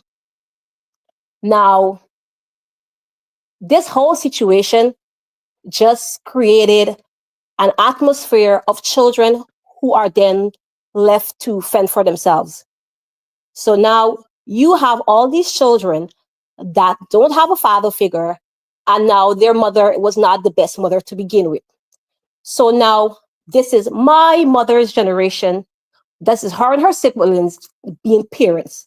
Now there is no mother figure. Now they are mothers. Was my mom the best mom? Absolutely not. Did she had a good role model? Absolutely not. So I came when she was a teenager, not having much education, no experience, no financial support, but here she is now having a child. And this whole generational thing continues. So she met my stepfather a year later. Mm. He did not come from the best household. So, Glory, imagine these two individuals coming from these type of household having children. So now I have a mom that doesn't know how to be a mom. I have a stepfather that is angry, that came from a household where he was a stepchild and treated a certain way. So now I became the product of these two hurt people. And what do hurt people do? Hurt people. So True. this is me now being raised in an environment where you know you're not loved. Mm. You can feel it, you can sense it, their actions showed it. And I have two other siblings. Luckily for us, my siblings and my sister and I, we have an awesome relationship. Like we bonded throughout this whole thing that we were raised through. Um, my stepfather did not care much for me. I wasn't his child. He didn't really care much to take care of me, purchase me anything. So I basically were left to fend for myself, to say the least. Mm-hmm. So I always knew that education was my way out. Yeah. So the minute I finished high school, I started working, I paid my way through college and all that good stuff. Now, I can tell you firsthand that my parents and I have a really great relationship because I had that emotional intelligence, firsthand through psychology and college and all that to know that these two parents were not the best people to have children. Mm. Did they make mistakes? Yes. Did I acknowledge and see where they went wrong? Yes. Yeah. Are they the same people today? No. But my situation is not the same as others. I could have become one of those hurt people who hurt people. Do I have kids today? No. Am I traumatized over the whole situation? Yes. You know, I'm married. I am now in my early 40s. Children was not the way for me. But Mm. what did that taught me? it taught me to give children a voice. So Mm, I became an early educator. And I can tell you mm, firsthand, I see on a daily basis how having multiple kids and not being ready to take care of them affect children. You mm, know, my sister and I talk about all this situation. We we had to work through our emotions. We had to talk through our our lifehoods, our traumas. Like we did the work, but we had each other to do the work with. Not everyone come out of the situation would have come out where my sister and I found peace in each other. We were the one who had to teach our parents how to mm. love because they did not have that experience. We were the one as adults that really sat them down and said, "This is what you did, and we understand this is what you did because you didn't have the knowledge on how to be a better parent." So, like I said, it's a lot of factors that plays into these things. Some parents are telling themselves that they're doing the best they can, and the best they can is basically what the government says you should do: provide for your kids. Mm-hmm. So a lot of people think that making sure they have a roof over their head, food on their plates, that's being a good parent. No, being a good Exactly. parent is when you are providing with emotional intelligence. You're there, you're there physically. Your child has a listening ear. You're supportive. Like there's so much that comes into parenthood, and people do not understand. It's not just giving birth and say, "Oh, I'm a mother," or "I'm a father," because we're creating an Exactly. environment, and like I said, I see it firsthand. We're creating an environment with so many children that are so unstable emotionally, and it's creating a domino effect year after year. True. Children are out there feeling, they're overwhelmed. They don't know how to navigate society because their parents didn't know how to navigate society. And Mm-hmm. I don't know at which point we're going to start sitting down and say, what is the root cause? How can we fix this, and where do we start? Because it's creating, like I said, a domino effect. Children are getting, and sometimes I see parents. I wonder why this child behaves the way they behave, and then I see the mom. Mom has 4 kids under 5. Now that's why this child is behaving chaotic every day and don't have that emotional stability, because mom cannot provide that emotional stability to 4 children that are under the age of 5. It is not possible. It's crazy. And like I said, that's where the whole situation starts. And then we have so many adults that are in therapy because of this situation. Hmm. I just wanted to share my 2 cents, Glory. I'll give somebody else a chance. Thank you. Thank you so much. Thank you so much. 10? No, that's a lot. Really. Bye, Thank you Glory. so much. Thank you so much. Thank you. All right, let's speak with Latricia. Latricia, you're welcome to the conversation. How are you? I'm good, thanks. And how are you, Glory? Oh, I'm okay. I'm okay. Thank you. Thank you. I'll be All good. right. What a touching topic, Glory. What a touching story. Yeah. I feel your experience and the story that you gave of the child. It really threw me off of my game. Parenting. We also need to understand that it's one can say it's difficult because it doesn't come with a manual. Ne? True. And every parent parenting is an experience. Actually, let me put it that way. Yeah, it's an experience. So but what is basic is that you need to care for your children. You need to try and be that mom who knows that you have 6 children. How do you manage it? The Holy Spirit will guide you. Let's just put it that way. But I want to start by saying I agree with you when you said parents will say, "I love my children equally. I want them equal." It's not true. That one I can stand in the highest court for it. It's not true, and it's human, and there's nothing wrong. But I think that's how God made parents to be. The problem is when you are having a poisonous love, meaning the love that will neglect the other child.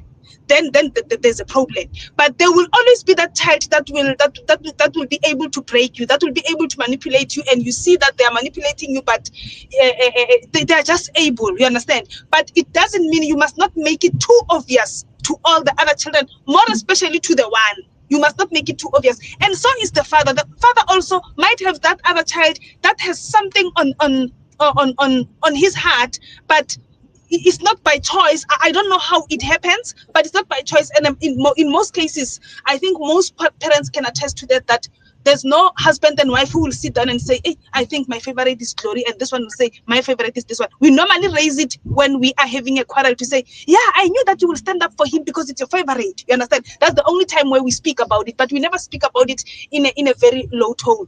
But what we need to do as parents, we need to know and understand our children. I'm a mother of three. They are all different in their own unique ways, and okay, I'm the only child. I can't say much. We have also our challenges. I wish I had sisters, a lot of sisters and all that, but now when you people are saying all these things, I'm like, wow. And my husband was the only child, so that experience. But yes, I have sibling, I mean cousins and all that. I can't say I don't see how people live, but I never experienced it like personally or at a close range. But I have three kids, and I will just say 1, 2, and 3. The third one is it's a boy. But one and 3, they are very extroverted children. They have friends. They go visit friends and all that. But then the middle one doesn't like going out. She has friends, but then the friendship ends at the school. And then after school, she's home. Weekend, she's home. School holidays, she's home with me and all that. So she is just child. I had to understand her, and she used to be worried that, hey, mama, but others are going out. You are taking them to their friends, or the friends are coming here to visit. Maybe I should also consider doing that. And I used to tell her that, don't worry. Are you happy when you are in your room and in the house being with me? She said, yeah, I'm happy. I said, no, then you are enough. They themselves, it doesn't mean they don't like us, but their happiness includes them sometimes going out and being with their friends. But you are also enough. You are not boring me. You are not too much in the house. I'm happy with you when you are in the house, because there's a balance. There's someone who's always with me. There's those who must be collected or who must be taken wherever. So it is okay. I can cope with whatever. Don't think that there's anything wrong with you. And what you can do in this, you can look at it and know that you will have children as well. And then when you have children, some of them will be like their aunt or their uncle, and then some will be like you. So you should also be able to create a balance in raising them. Even so, I will not say I'm a perfect parent, because if you can call them now, maybe they will tell you that what I know, they will say I'm too strict or whatever. But then there are things that they will tell you that they feel that I'm not doing right for them. And yes, I agree. I always tell them that I'm not a perfect mom. I don't promise you perfection, but I will do my best. And please, one thing that I can confirm is that I'm a communicable mom. Talk to me. Communicate with me and tell me how you feel. What is it that made you feel the other way? Talk to me and try to make me understand. And when I don't understand, when I ask you, don't think I'm saying you are wrong or you are lying. Try and make me understand. Because sometimes when we say, what do you mean by that? Because I was saying this, they think that you are saying they are wrong. I would tell them that, no, keep on trying to make me understand that, it's not how you see it. If it comes to a push, call your sister or whoever, if you feel that maybe I'm an old generation. Because I know that I'm likely to make mistakes. And I always tell them that some of the decisions, you need to remember that I have to make a decision in 10 seconds. I'm a human being. I have other stresses at work and other things. So I'm likely to make. Latricia, we can't hear you anymore. Oh my God. Okay, she's back. You're welcome back, Latricia. Hello, Latricia, are you there? Maybe she had a call. Latricia, I don't know what's going on. Maybe she had a call. Anyways, guys, please keep the comments coming in. I'm seeing a lot of interesting comments. We're gonna move on to Mabato, but I'm seeing this very interesting comment from D. D has put down a number of comments, but let me take this one. Says, I had to learn to empathize with them because they did not know better and are products of their own experiences and culture. Yeah, true. Things are changing now, so we can do better. We are far better equipped. I honestly hope so. But then when you look around you, you're still seeing the same mistakes happening again. But I really do hope that we are fully equipped for this new phase. This one is from Shehu. Shehu says, I sat my mom down a few months ago and told her I'm not going the route my father went with her, that I want to make sure I get to a position before starting a family. I want to start a stabilized situation, which is actually excellent. And I love that for you because that is it. You cannot be in a precarious situation and then you want to jump into having children, and then your children will not be suffering unnecessarily because you made the wrong decision. Yeah. Okay. So thank you. I hope Letitia comes back. I hope Queen Oma comes back. They did not finish what they were saying, but let's speak with Mabato. Hi, sis. Hi sis, how are you? Good. How are you too? I'm good. Came down Ah, with a very don't cough too much. You're welcome. You're welcome. yeah. Wow. Okay. So the prompt is how many kids, right? Yes. Uh. Okay. Why do couples have too many babies for the wrong reasons? Honestly Yes. speaking, if I want to start there, I want to start with the way that I know we keep using this word, but we are also the society, but it's also the way Mm-hmm. that society is built, right? There are cultural things that can come into play in terms of how many kids you have. It can be like you mentioned with the story about people living in one compound, and then Yeah. and then now another neighbor's business. It creates a sort of competition that you did not realize that was there. And then because it created that situation, now it puts everyone in an awkward position as to how they need to move around and how to raise their kids. So because of competition, then they do uh, pro pro. What is the English word? Gloria, you're more finesse in English than I am. Appropriate. Is Is it that the word? procreate? Procreate.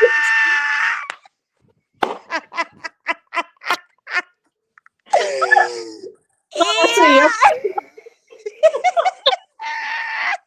I get the same thing when I English. mispronounce words. It's like, whoa. English will Procreate. not defeat me, please. See, this is why I was saying English can never defeat me, true, because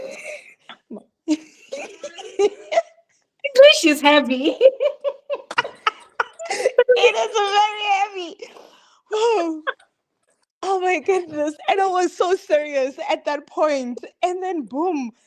Oh, this word just had to come and ruin things for me. Wow.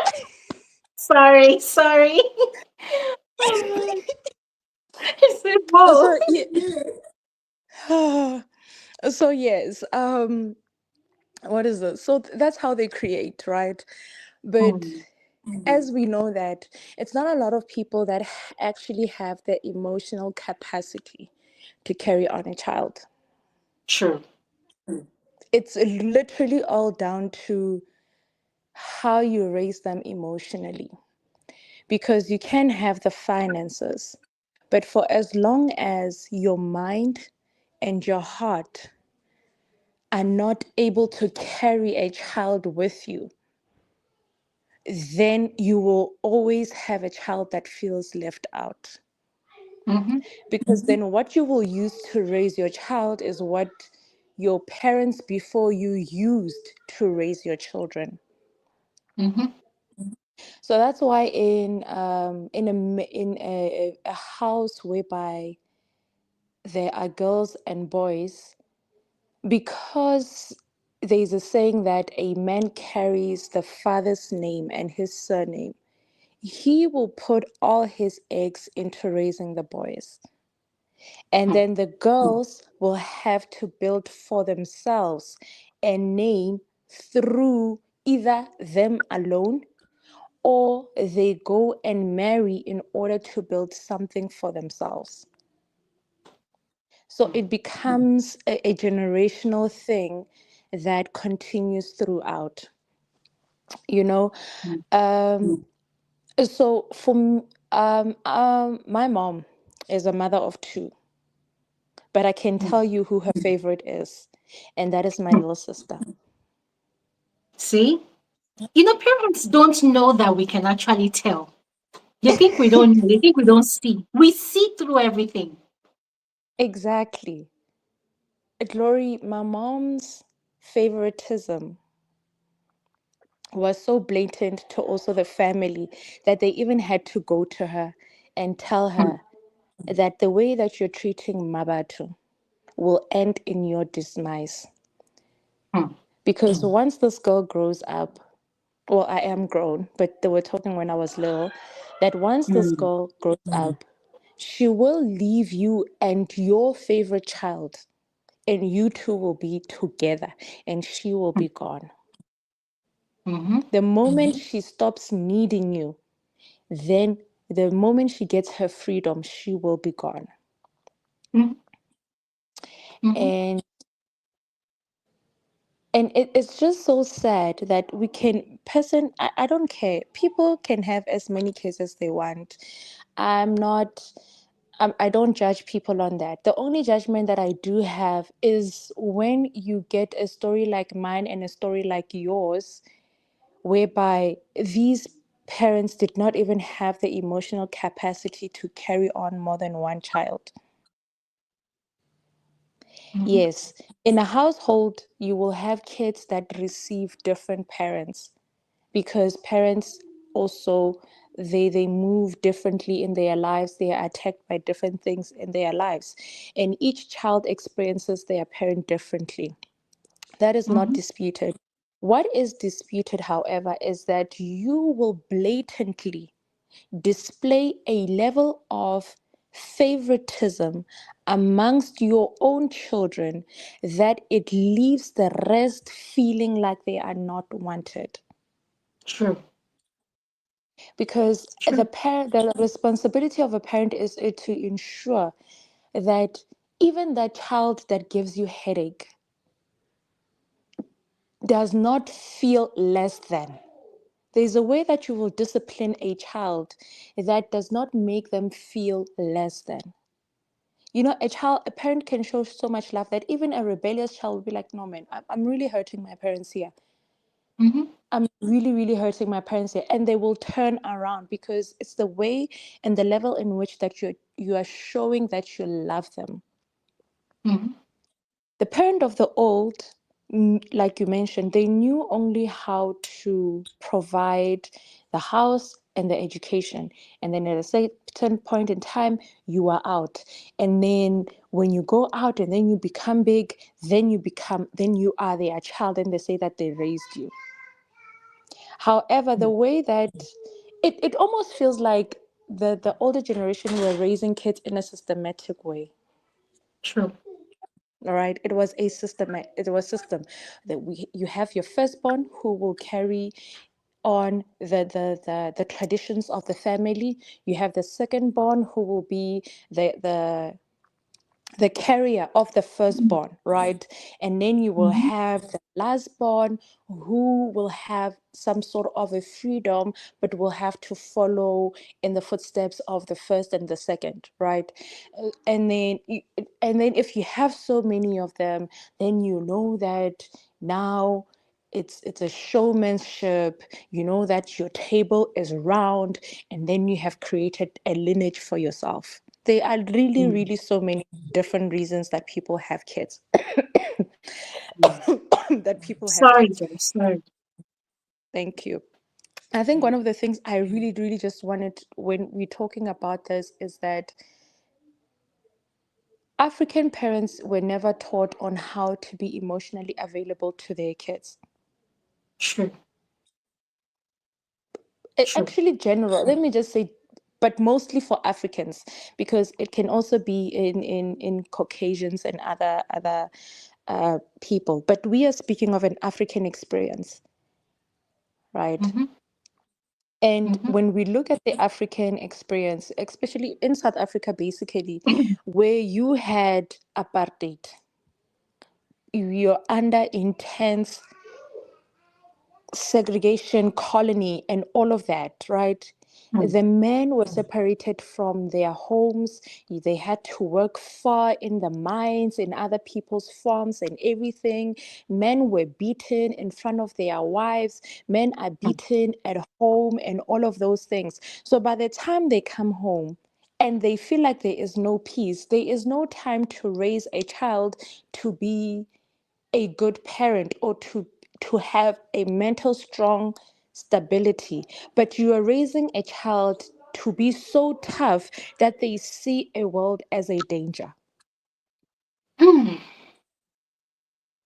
mm, And that's how a lot of people, even now, people our age, Glory, who millennials, mhm, right now, even the thought of a child is scary because they understand that they might not even have the emotional capacity to actually be a parent.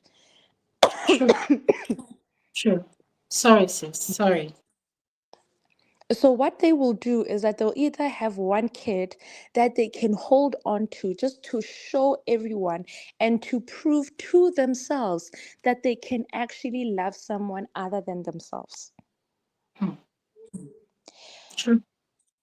So even now, you have people, millennials, who are raising kids out of fear. So what is that doing to the children that they have?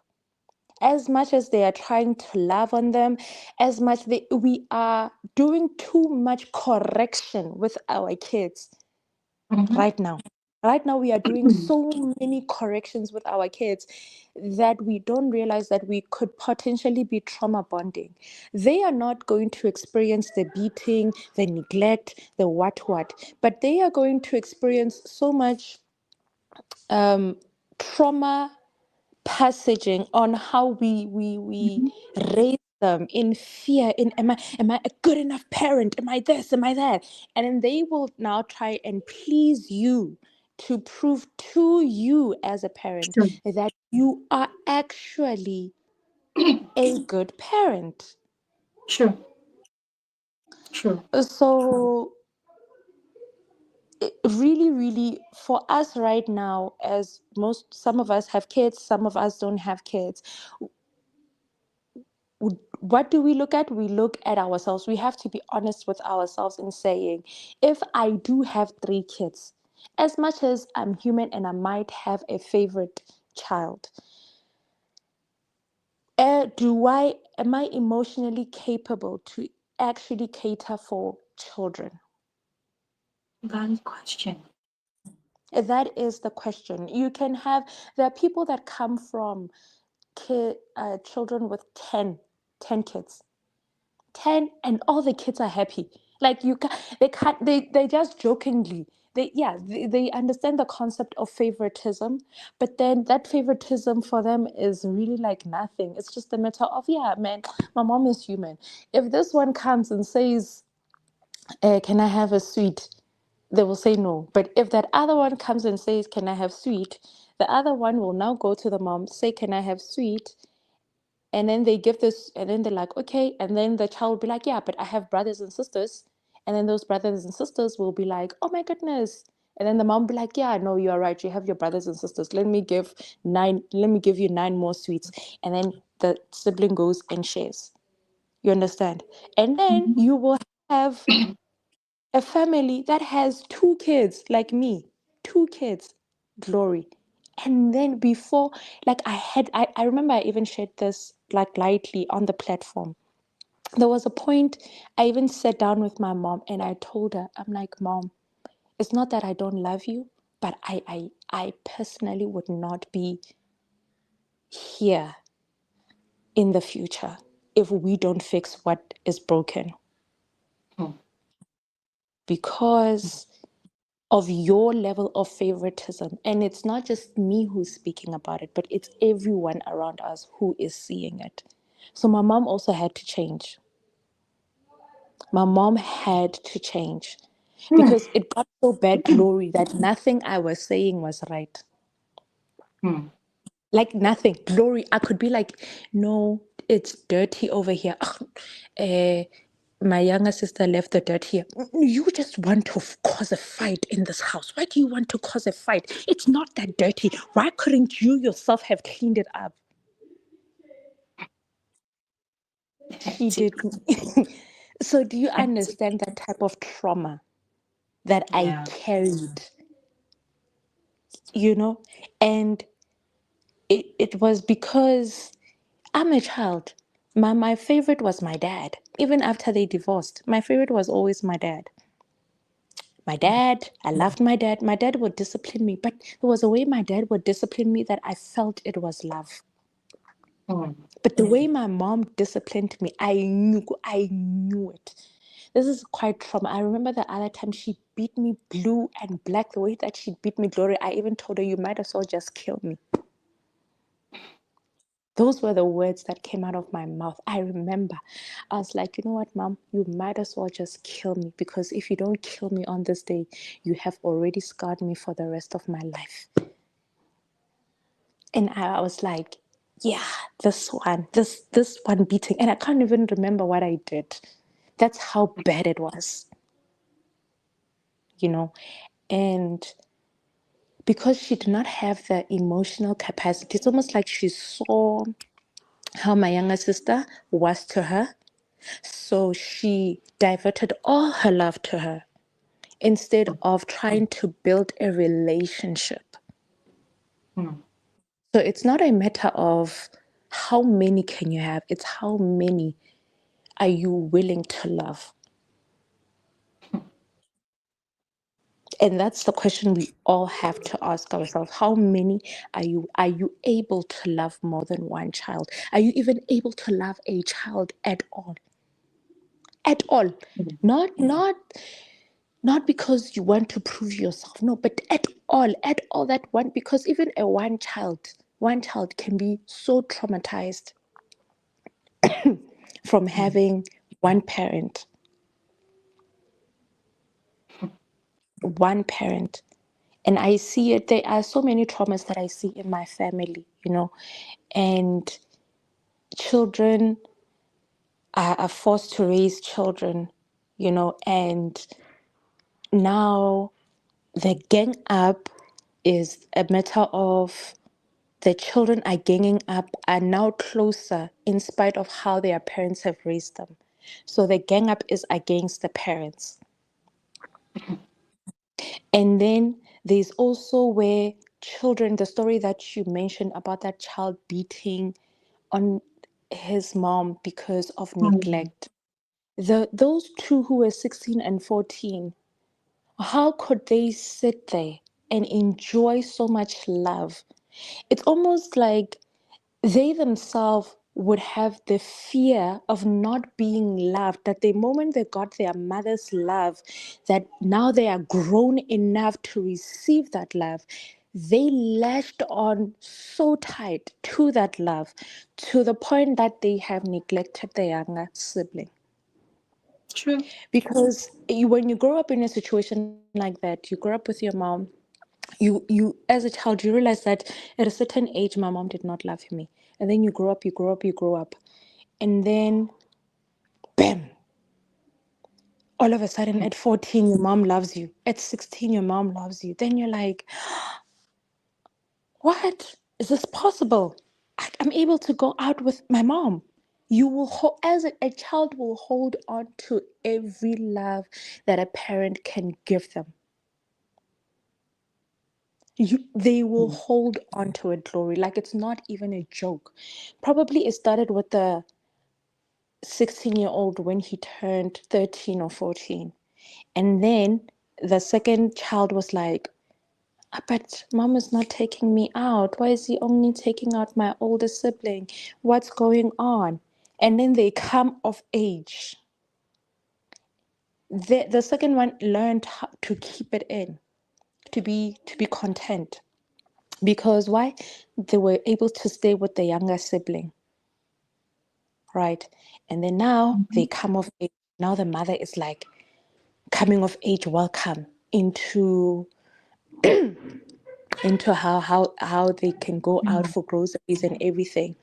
So now they hold on to that. But then what they're forgetting is that the person that they left behind is their sibling. The sibling is not experiencing that anymore. It's not does not have an older sibling now staying with them. Now they're all alone. Now they're left with their thought. So it's really, really hectic that us right now are dealing with the things or how our parents have raised us.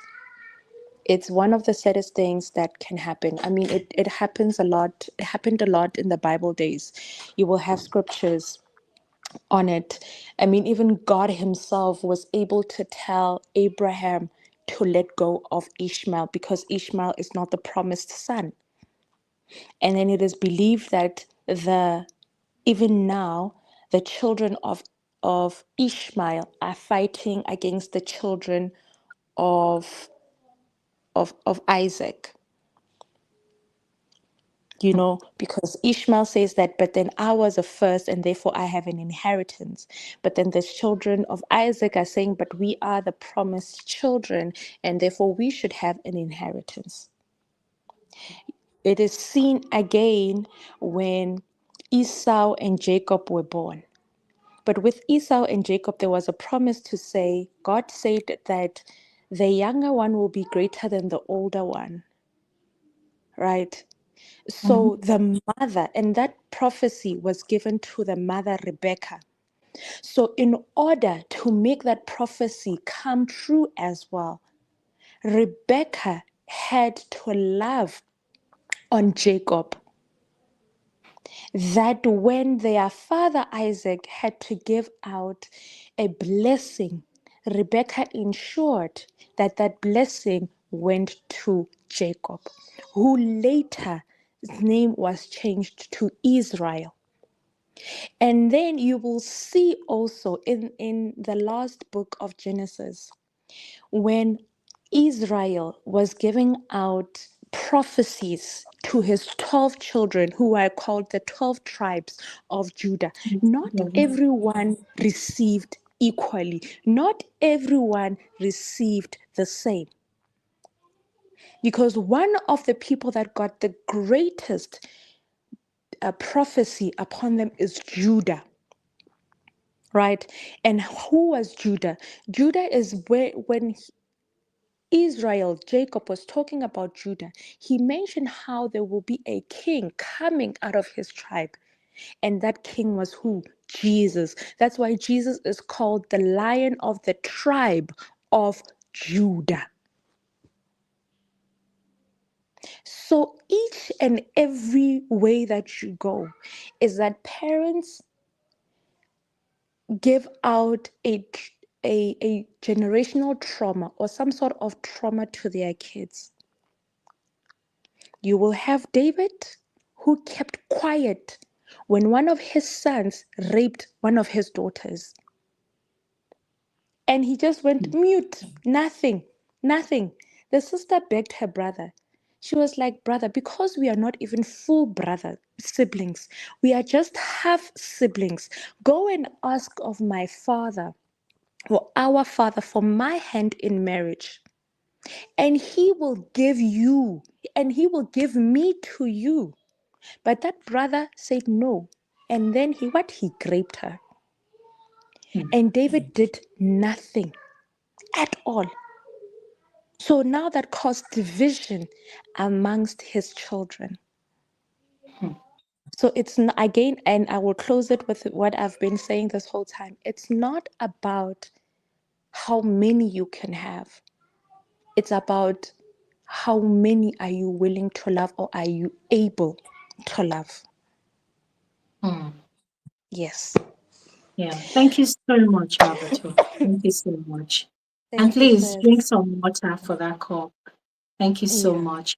And you Thank see, you you. make so many valid points, especially, the question is of how many can you love. But you see, unfortunately, that is one question that a lot of parents, I don't want to say all parents, but a lot of parents will not honestly respond to. They will not give a genuine answer to it because for them, These are all my offsprings. I don't want to be that parent that will pick and choose one I love the most. So they will all, put it under this umbrella of I am capable of loving all my children. So I love all of them. Another thing is from my own experience as well, I've learned or maybe discovered that parents love their children according to the experience they had, either during pregnancy or at the point of childbirth, or maybe after childbirth, right? For instance, of all my siblings, of all the stories I have heard from they themselves and from my mom who shared the stories, I can tell you who amongst all of us is my mom's favorite. I can tell you the second favorite. And to be very honest, I'm not even close to even the fifth favorite. That is how bad it is. My my brother, our first boy, who is late now, God rest his soul, I shared a Amen. story about how my mom was persecuted severely by my dad's family for not having a boy child after three girls, to the point that when my mom finally, in fact, before she had my brother, according to her, she prayed, she fasted, she slept on the altar in church, cried to God, she starved herself. She did a lot of, Christian things to conceive a boy.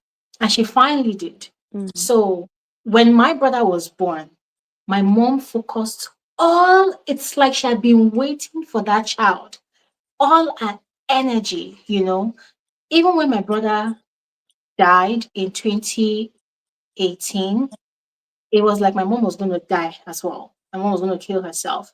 She still hasn't found closure. Now, my sister that was born, my third sister that was born before this, my brother, when my mom was pregnant with my sister, she was heavily persecuted by my father's family. Oh, what if you give birth to a girl this time? They don't even know what she had not done a scan to tell anybody the gender. What if you give birth to a girl? And they stabbed my mom. They even brought another wife. I'm sorry, but I have to mention this one. They even brought another wife for my dad, and the wife was in the house, and my mom was chased out of the house. So my third sister is like my mom's love child, the way she loved my sister, nurtured her in the womb, and then she gave birth to my sister. Was it at her sister's house or in church? It was a very horrible moment for her. So when she birthed my sister, my dad did not want to really see the child.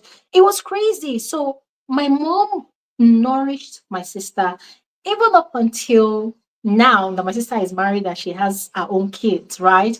So how I personally knew, because I had heard the story over and over again, but I did not really believe it because I still felt like, no, it's my brother that is her favorite.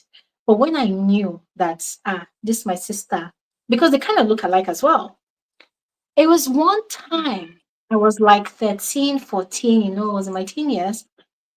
My mom used to bring out wrappers from her box and she just put it around the house for the girls. Like, oh, you can tie this one. So there are some of them that we've overly used and they don't look brand new anymore.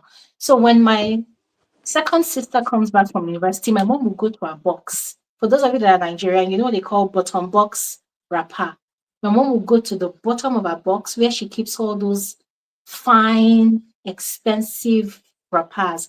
She'll go and remove one, which is like 3 yards or 6 yards, and give it to my sister to tie around the house. Like that's what she will use when she's at home on holidays.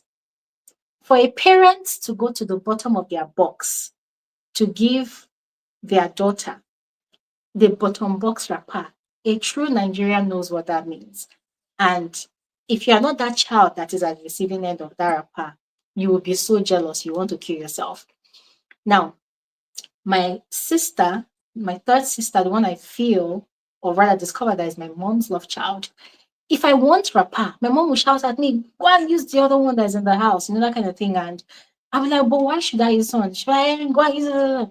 But when my sister goes to work and returns, there's a special wrapper my mom keeps for her.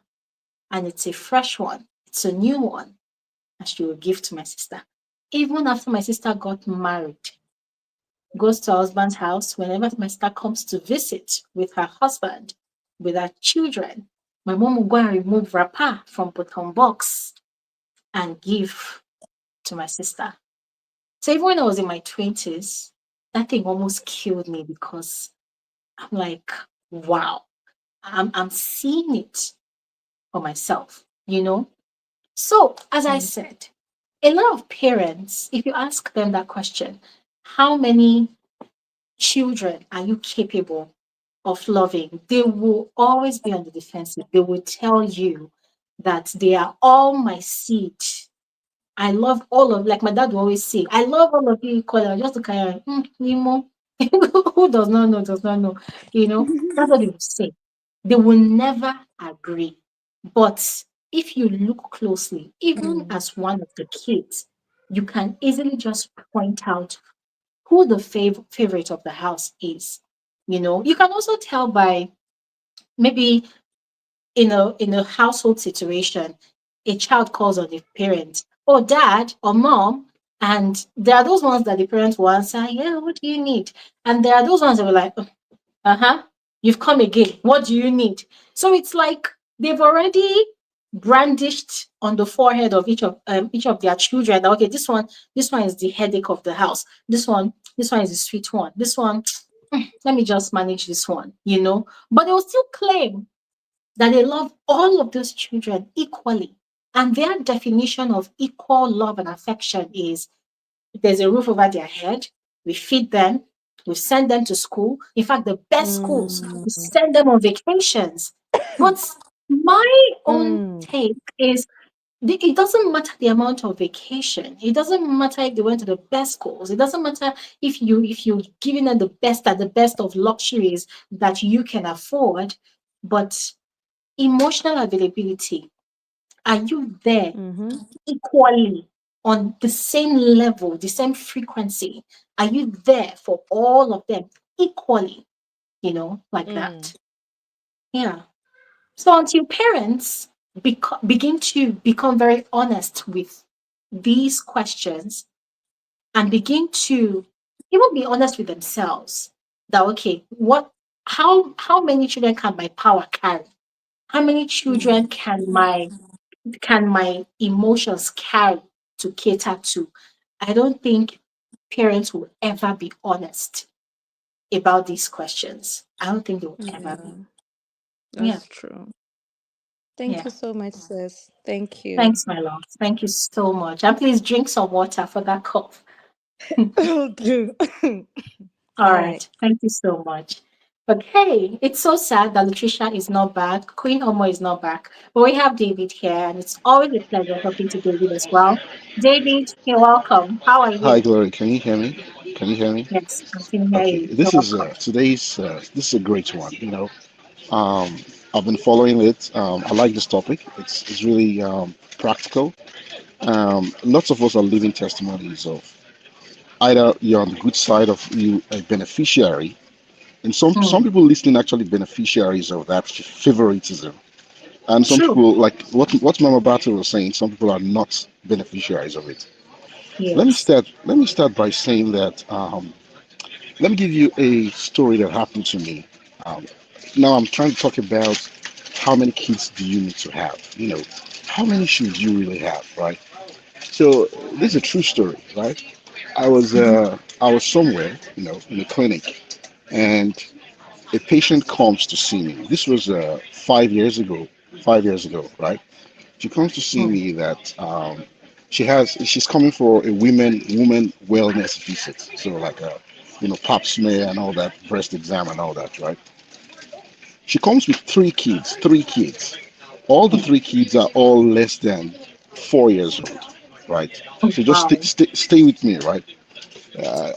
I like telling people the story because to me it opens my eyes to how much kid do you want to have, right? And then I'll add one more thing to the story, right? She is Latino, so she's Hispanic, right? She's a Hispanic lady. Her age is 31, 31-year-old Hispanic lady, has came in with three kids. So when I was asking the lady the questions that you normally ask people, right? I asked her, how many kids do you have? Because you have to ask that question, right? Yeah. She said she has 10 kids. 10. Huh? Now that's why I said just stay with me, right? So she's 31 years old, 10 kids, no triplets, no twins, no triplets. All of them are single kids, right? And then I was like, man, are you going to ever stop? You know, are you going to ever consider giving up? You know, you're laughing, right? It's a And great question. Are you ever gonna stop?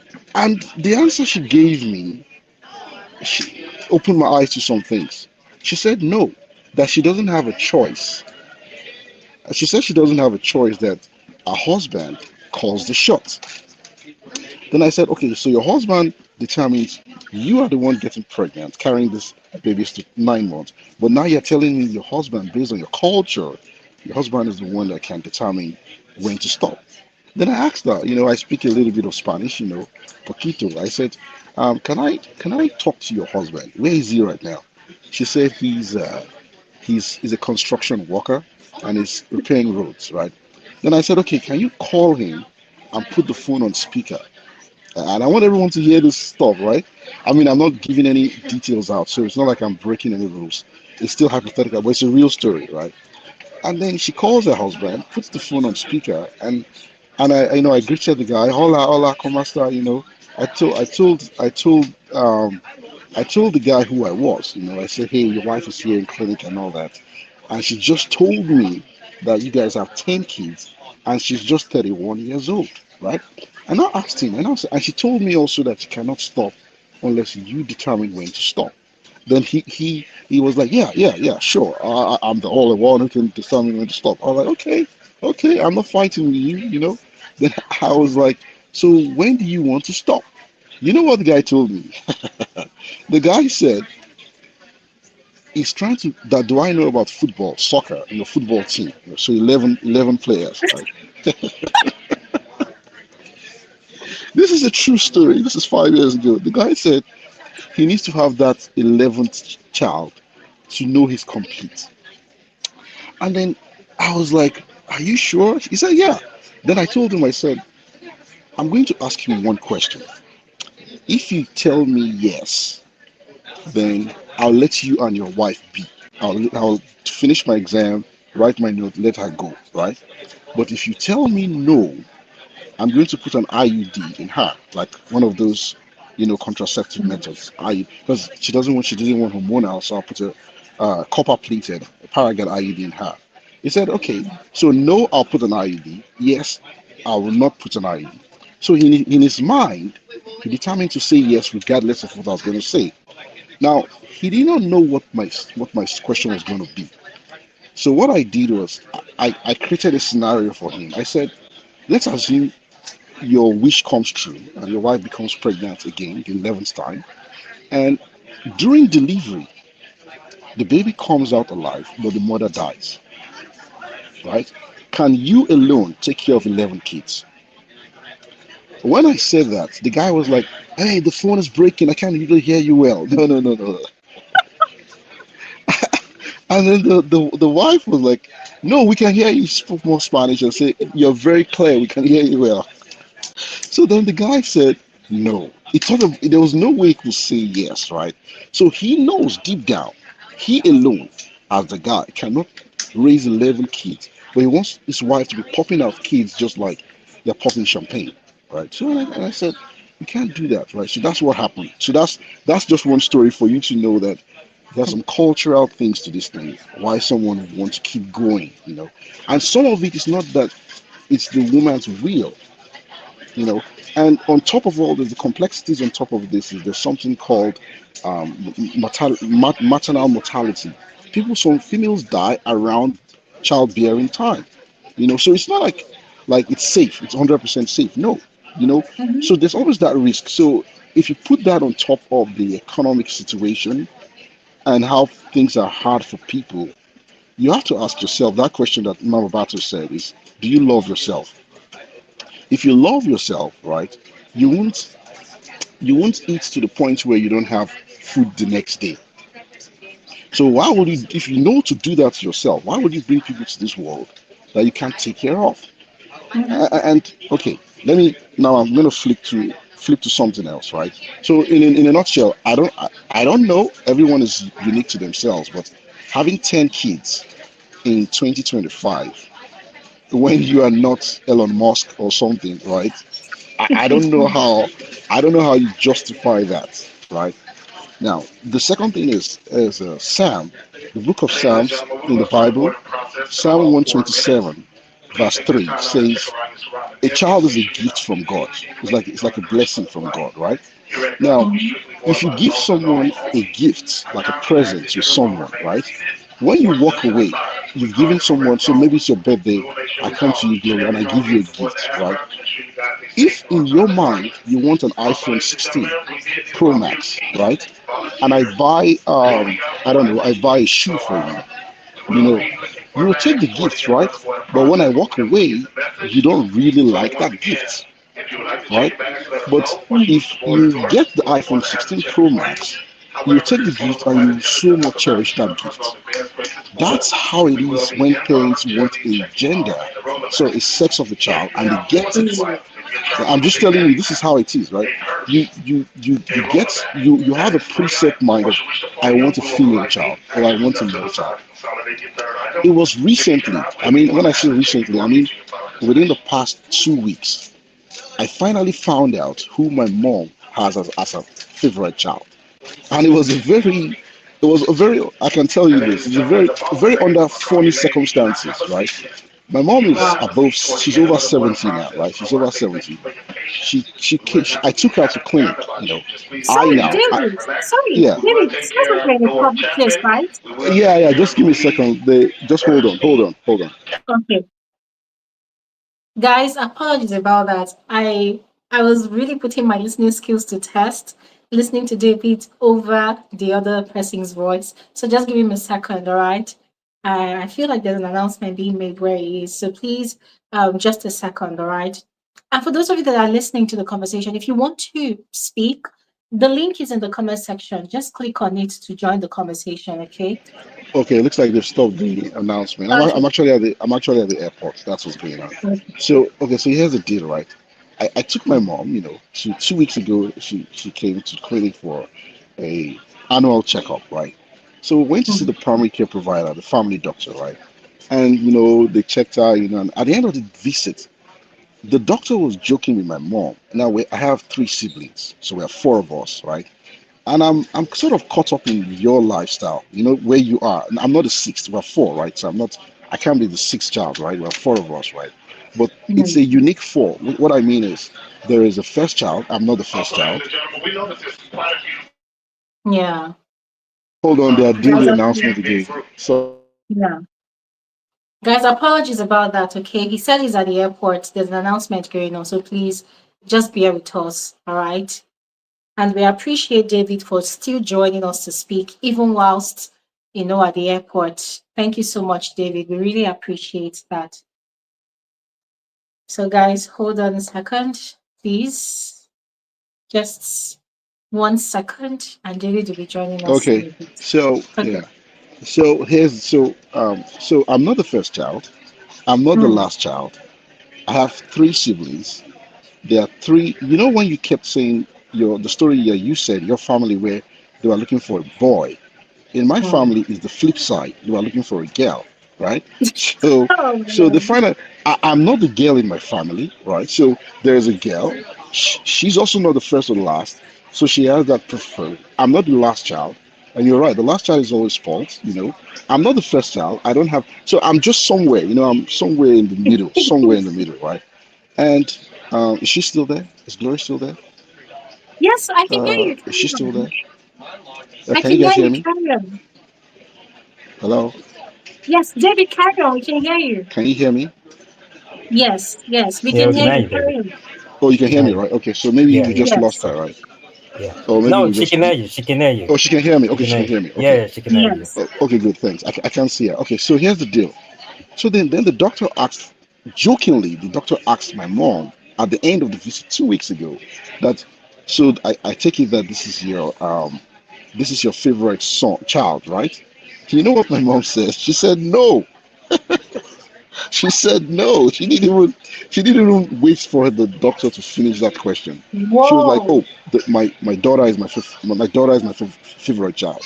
So there you have it, right? It's not true that you can't really like all your kids the same. You can try, you know, but that's exactly what it is.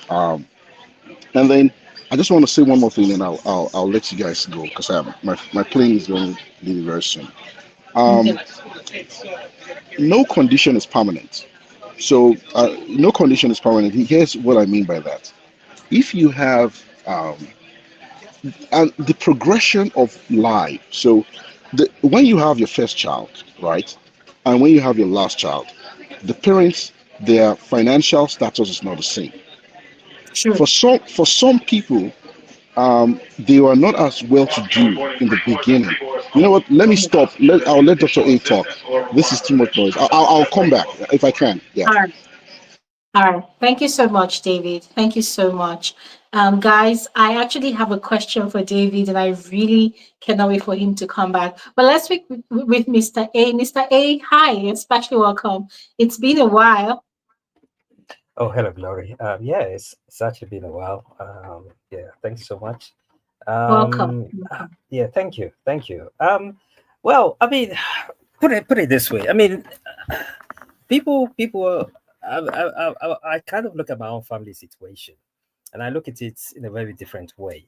You know, I unfortunately I am actually the last born, and to be honest with you, I was actually the spoilt one. My mom, I just need I to was the ask you, are you a sport brat? yes, yes, I was the spoilt one. My mom, she made me the favorite out of the two other, childs. And to be honest with you, um, it's from my point of view, it was always nice being the favorite child. To my point of Getting view, all the special privileges I of being the know, I spoilt know. one. When it's time for the sweets and stuff, it's like give your brother, give your brother. You're the oldest. It's like, oh yeah, I'm taking, I'm getting all the all the privileges, and so I used to actually get those those gifts and stuff like that, especially when the uncles and aunts came. They'll look at me, they'll say, oh, they'll give me some money and stuff like that. So I kind of used to be happy about it. But has has actually grew up. I started to actually understand that in a way. I started noticing, you know, the sort of like, the um Is it the favoritism? the favoritism with myself and my brothers. And I was kind of, you know I wasn't actually really happy with it, because I felt like, my parents were always, emphasizing on me, and were basically lashing out to my two brothers. And Hmm. in a way, I was actually revolting against that, because I was in a position whereby because I was actually now getting a bit wiser, and I was actually telling my parents that no, that my brothers are also, part of the family. You cannot actually, be given the favoritism to just me alone, and ignore them, and they, in a way, in all honesty, I I actually had like a mini fight with my mom, especially my mom. My mom was Hey, she's the one. She's my, my darling mother. I mean, may her soul rest in peace. She's passed now, but she was the one.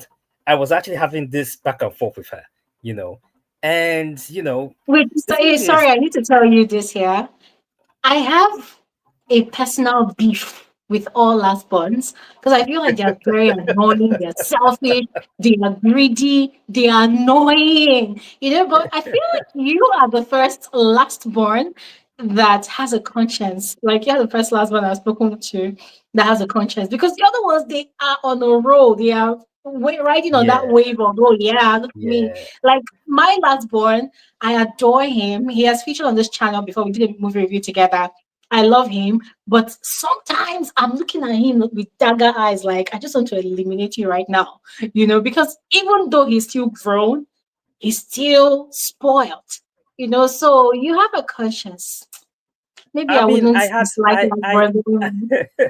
I had to actually grow up quite quickly. I mean, I remember when I was 18, as at the time, and I just came into the country, and I had to, kind of grow up really fast.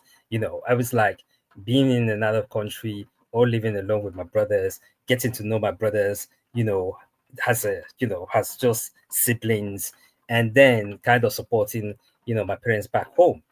The thing is, in a way, I don't entirely blame my parents because they grew up in an environment where they themselves, they probably were kind of in the midst of all that.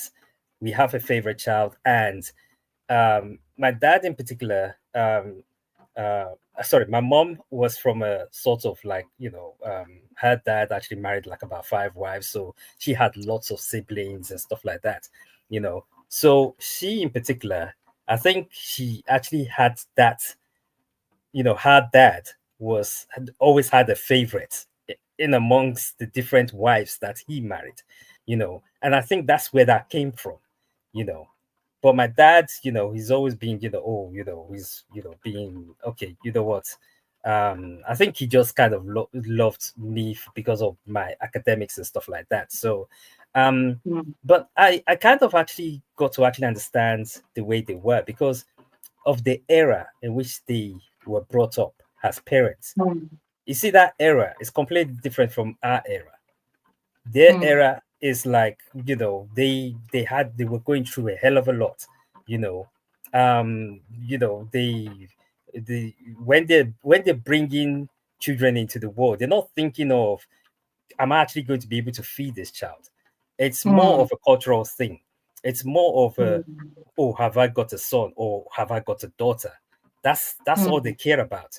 Because if they were thinking of, would I be able to actually bring up, feed that child?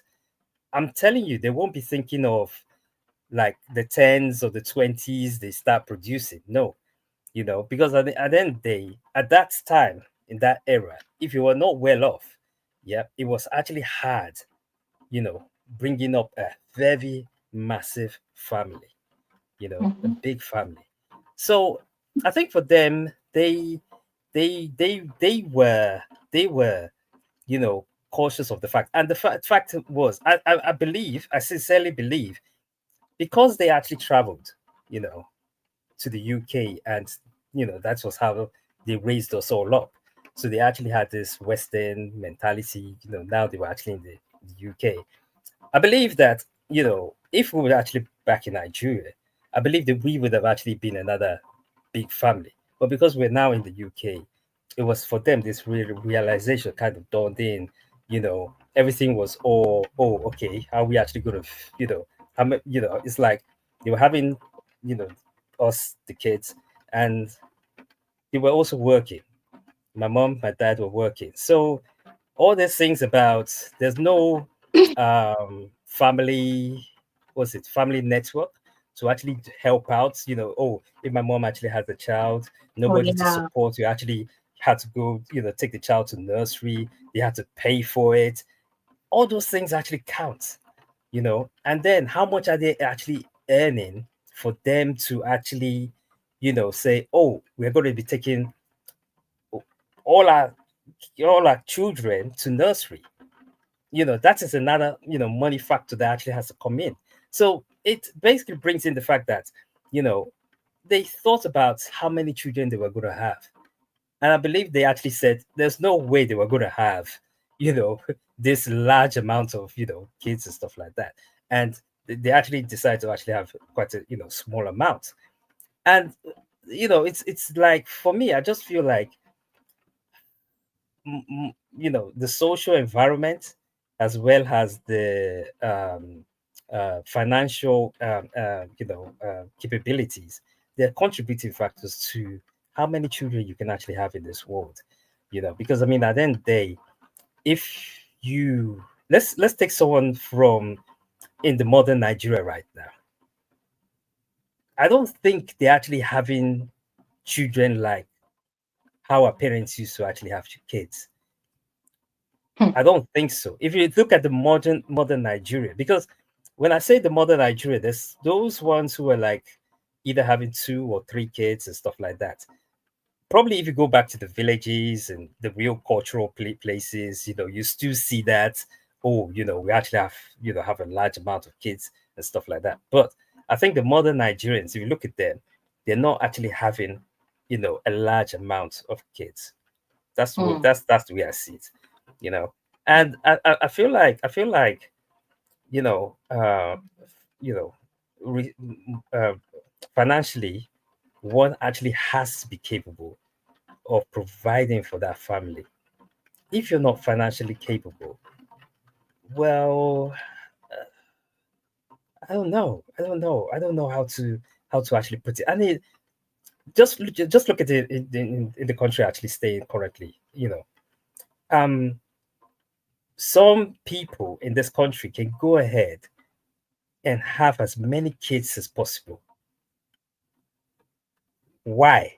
In a way, the system sometimes, you know, they let it actually happen. The system in which we live in. Yeah. Mm. So there's some people in this country who would just go on and just keep on having kids. The problem is the minute you start having a kid and you're not actually working, or none of the parents are actually working, you as a parent actually gets a child, benefit or whatever, and you can continuously get in a child benefit as many kids as you actually got. Mm. So if you've got 10 kids, you can claim child benefit for 10 children. And in all honesty, someone who is doing that is actually even earning more than someone who is in a middle class tier job in this country, Mm. which for sometimes for some people is actually very frustrating. So, and also, not that they only just have child benefits now, they also claim for additional stuff which actually helps them. So they have access to housing, like a 4-bedroom house and stuff like that. They have access to quite a few loads of things, you So is know. it some sort of reward? Like, oh, give birth to more. The state will reward you. Well, some people are actually have gone into, it's like a loophole, and they've actually kind of broke into that whole system. And people are trying to say, well, you need to kind of, you need to close that loophole. Otherwise, people are just going to keep on abusing it.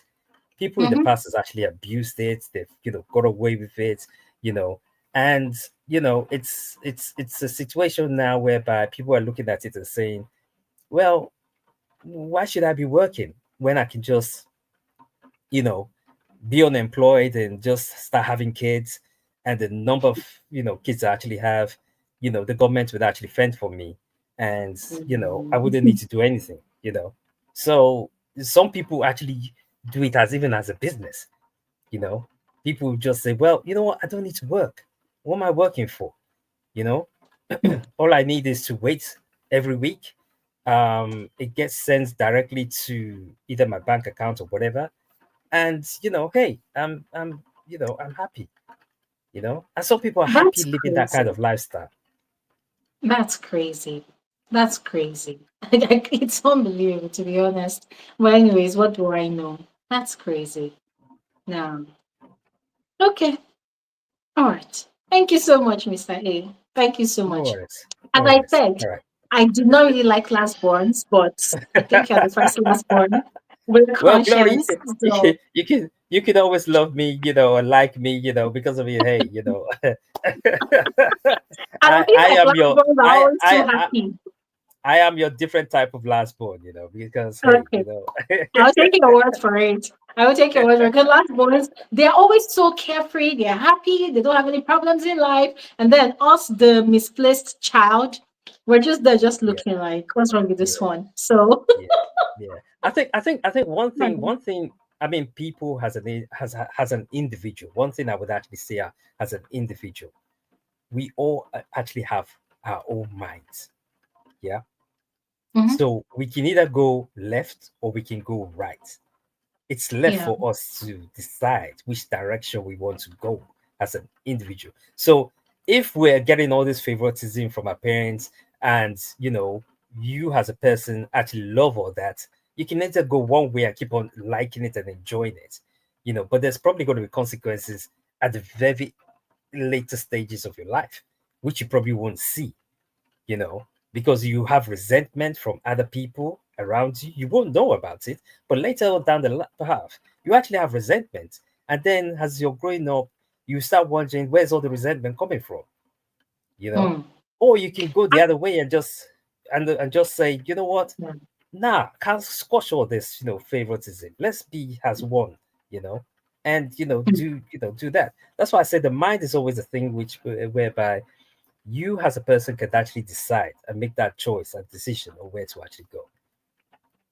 Hmm. Okay. Sorry, just saw a comment. This is from D. D said, Glory, I tend to attract lastborns as romantic partners. It vexes me. And I totally get you because here, I've noticed that lastborns, they tend, okay, let me not say all of them, but most lastborns, they tend to be so freaking entitled. They believe, even as adults, they believe that things should just fall in their hands. Like, I'm not because saying they're not because hardworking, but mm, because because they've why? got that What's your because excuse? because they've got that entitlement probably from how they were being brought up. So if Yeah, their parents have actually been giving them everything every time, all the way down to probably their adult age, they become yeah. entitled all throughout. They don't see anything else. It's just an entitlement mentality. That's it. I'm Okay, entitled to this. So whatever they true. are, yeah, they get entitled. Okay. So as a Zamiro parent, is there. Yeah. so as a Zamiro parent, you is need there to make fighting for sure. lastborns. She said, Hey, Glory, you oh. better like lastborns. Don't let me vex me. She's also a lastborn. If she types it earlier that she's a lastborn. Oh my gosh. Okay. Thank you so much, Mr. A. Thank you so No worries. much. No worries. All right. Enjoy All the day. right. All right. Bye. Thank you. Right. Okay, guys, we have David back, and I'm actually happy David is back. David, you're welcome back. Hi, Glory. Can you hear me? Yeah. Yes, I Okay, can good. hear you. All right. I have You a say you had a question for question? you. Yeah, go ahead. Go ahead. Yeah. So I I've seen women that, like the example of the Hispanic woman you gave, that has Yeah. 10 children and the Hmm. husband still wants one more to create a football team. Exactly. Medically, Hmm. I mean, still in line with the question I'm asking, like, what's the ideal number of children that a marriage should have? Hmm. Medically, is it safe for the woman to keep having, babies like that? Like the woman that has 10 and Hmm. wants to have more. Do you think it's Okay. safe medically? So there's a difference between what's safe and what is advisable, right? I mean, I just told you the woman had 10 kids from 18 years old to, so from 17 to 31, right? So it means it's possible. Remember in your story, your two brothers, they were just like maybe 9 or 10 months apart, right? So it's possible. It's not impossible. The human body, a female's human body is resilient, right? But there's a Mm, reason why they say, why don't you wait for 2 years? They always give that advice. They'll say, why don't you give 2 years, at least a minimum of 2 years in between kids, so that your body recoups. That means we also know that the body is not. I mean, the body has resilience. It can always tap from its reservoir. But why don't you just wait? You know. mhm, Um, so your answer is medically, technically, it's possible. And for example, that lady is a living testimony of that, right? But if you give professional advice, the answer is no. Do try to at least space it out. Just 2 years is enough. I'm telling you. If it's 1 year, but you can't just be doing back to back like that, and you don't think you're draining yourself. And it's not just from the angle of the physiology of the lady, psychology, the mindset. I told you she came into the clinic that day with 3 kids, All of them less than 4 years old. So the remaining seven didn't come to clinic, right? So she had one out of two, she was strapping one on left hand, one on the right hand, and then one was she had that one in a carrier, in a stroller, sorry, in a stroller. Two. And in my mind, I'm like, this is how.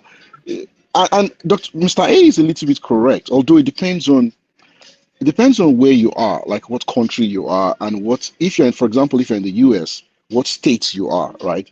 So there are some people that gain the system. There are some state programs where they call it WIC, right? So WIC program where they as far as the child is less than 5 years old, they give you some benefits. But that doesn't even make you have 10 at 31. Like I don't know, I'm just saying, right? I want to stop and pick up from where I stopped, right? I said no condition is Mm, permanent, right? mm, What I mean by that statement is some people, the financial states of the family when they have their first child is usually not the same as when they have their last child. Like sure. look at your example for it. Let's use your family as an example, right? They were most people, right? Depends on where you fall on the divide, right? Sometimes you start if you are someone like in the profession, career, driving, rising your career, right? It's most likely that the husband and the wife, if they are both professionals, right? It's most likely that when they're having their final child, their last child, they are more well-to-do than when they just got married. There's that trajectory, right? So Sure. they have more things to spoil that child. Now they have more financial reasons to spoil the child because they have more now, right?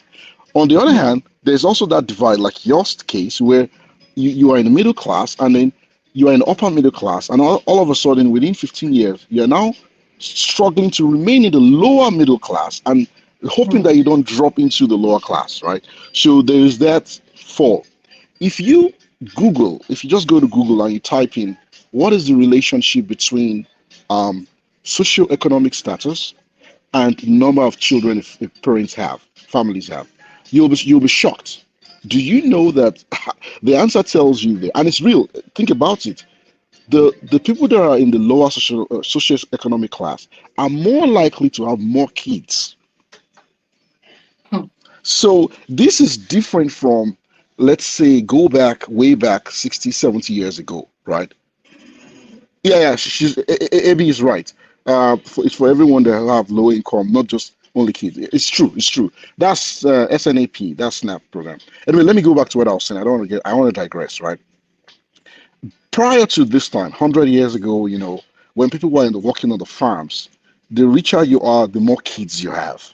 Right. A man has a lot of wives. It's a sign of wealth. And you now have kids that can help you work on your farm. Right. You have that. These guys are talking again. Give me a second. I think this is a short one. Okay. Guys, if you want to share, please click the link in the comment section. Conversation is still on. If you want to contribute, please click the link in the comment section. All right. We would love to hear your perspective. Okay, so let me go back. But this is 2025. In the past, maybe 22 or 3 decades, right? The story is different. It's not the richer you are, the more kids you have. Actually, it's the Mm, opposite now. Most of those people that are really in the high places, they don't really have. I mean, there are always going to be exceptions. Elon Musk, for example, is an exception. I mentioned him earlier, right? But if you think about it, just look around, right? Most of the people that you know that are like really, really in that high, and they are, I don't want to use the word of better word, disciplined, they don't have a lot of kids. They do not. So, but the true. ones that are low, that are in it's almost like, why are you having so much kids when you don't have the finances to back it up? What are you trying to Exactly. do here? Is this a case of this is the only way you can have soccer to what is happening here? Are you not busy outside the house, so you have to be busy inside the house? I say it jokingly, but that's almost how it's sounding like to me. You know, and yeah. So, but no condition is permanent. If a husband and wife before you get married, right, you have a plan with your spouse to say, okay, how many kids do we want to have? It's a conversation that people have before they get married. They have that conversation. How many kids do we want to have, right? And let's assume one person says, I want to have one, and the other person says, I want to have 10. Well, Hmm. that's not going to work, right? Then now they have to come to an agreement, right? Let's assume that both of them say, okay, we want to have three. One, two, three. Okay, that's fine. Three or two, whatever, right? They say that's what they want, right? They are believing that based on their financial status at the time of the marriage, of their wedding, they have the financial capability to take care of maybe three or four. What happens if down the road one of them loses his or her job, and then something starts happening, right? You've already had the kids you want, then now you're not in the financial place you are. That's Hmm. why so people have to. It's not just straightforward. You have to think of the future. You have to be forward thinking, right? At the end of the day, the kids you have, the child you have, is a gift from God. Like I keep saying, you know when they say, oh, I want to thank God I remember this, right? The issue of a male child or a female child. Let's dispel the myth now. The male, the father is the one who determines the sex of the child. That's good. Let me just say it now so that people don't think, why would you say a woman is not giving you a child? It's, you are the one that is not the man is the one who is not giving himself a male child if he wants a male child. The woman Please has preach no it loud. the woman has no Y chromosomes, right? Absolutely has no Y chromosome. So if you have if a man is having female children repeatedly, it's him. The woman can only do X, can only give him X, right? So in this story, for people that are listening, X and X is female, X and Y is male, right? So the Y comes from the man. The woman does not have a Y, right? So if a man wants a male child, then he should also get down on his knees and pray to God that his Y chromosome meets the X of the woman. It's not only it should not be left also to the woman to be praying when it's not her body. The sperm is from the man's body. So I don't know if you get what I'm saying. It sounds funny, but that is the truth. This is the issue here, right? That people don't face the realities that the man, and it's because you know why it's like that. It's ignorance. Yeah, yeah, Daisy dreams are correct. It's ignorance is a preset mind. It's a culture that believes that when in the olden days, back in the days, right, when a man marries one wife, two children, no boy, gets another wife, two children, no boy, gets a third wife, finally gets a boy. It will now appear like it's that third wife that gave him the boy. No, you the guy refused to give yourself a boy, and yeah. So I don't know. I really don't know. It looks like there's some issues about EBI, some of US, Canada. I don't know. I'm just following that trace. Yeah, I know the countries are different though, US and Canada, when it comes to kids and the details and all that. And even in the United States, the 50 states are different. There are some state laws that help. Some programs are federal, some programs are state run, and some states are more likely to cover some kids, and some states are not likely to cover some kids. I just want to also say that.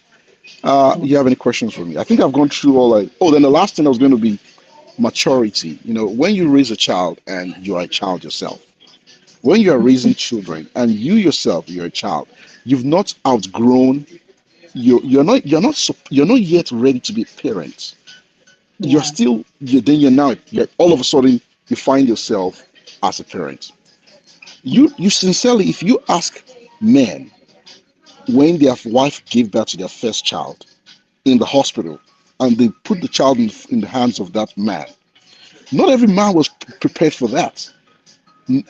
Regardless of the gender, the sex of that child, not every man was prepared for that.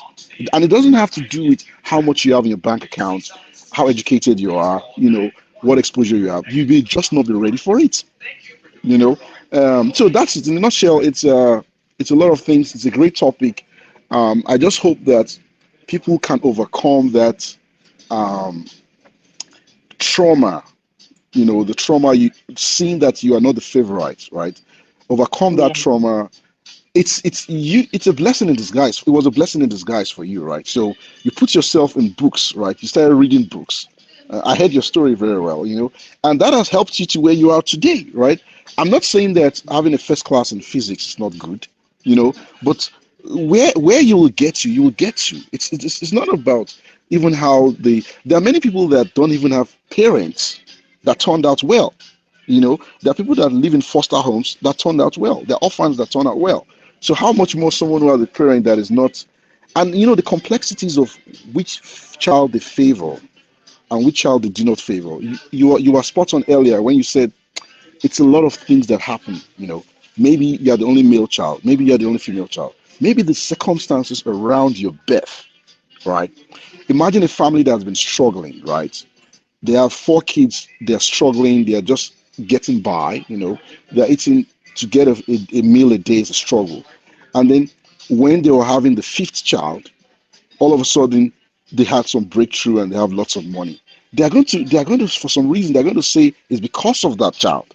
you know Mm, so there are some different reasons, or maybe a woman had every labor she goes into is very difficult, and then the child comes that it was very easy for her to have that child. mm, You don't really know why. It's not always. Some of it may be academic, some of it may be gender or sex.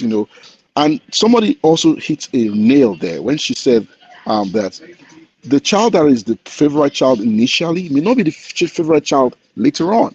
You know, true. these parents are, I don't want to say parents are selfish, but they are also humans. They want to see at every point in time, they may want to get the same benefit from their children. So the one that makes you proud is the one you go by. So if your academic, True. the child that is very academic and academically sound, is the one that is making you proud, and you're proud of that one when there's a child. But that's not the one that has the money when he's in his 30s or 40s or 50s, and then the one you almost threw away is now the one that is bringing in, is pretty much the savior of the family. Then all of a sudden you start sucking up to that one, right? So it's Yeah. yeah, yeah. Anyways, I think you have any questions before I go? No. Yeah, good. Sia, thank you so much for Yeah. sounding it again that it is actually the man that can determine a male child. Because, oh my God, you see, as much as we think that we are now living in a forward thinking society, to be very honest, this here now is not even far from how things were done back then.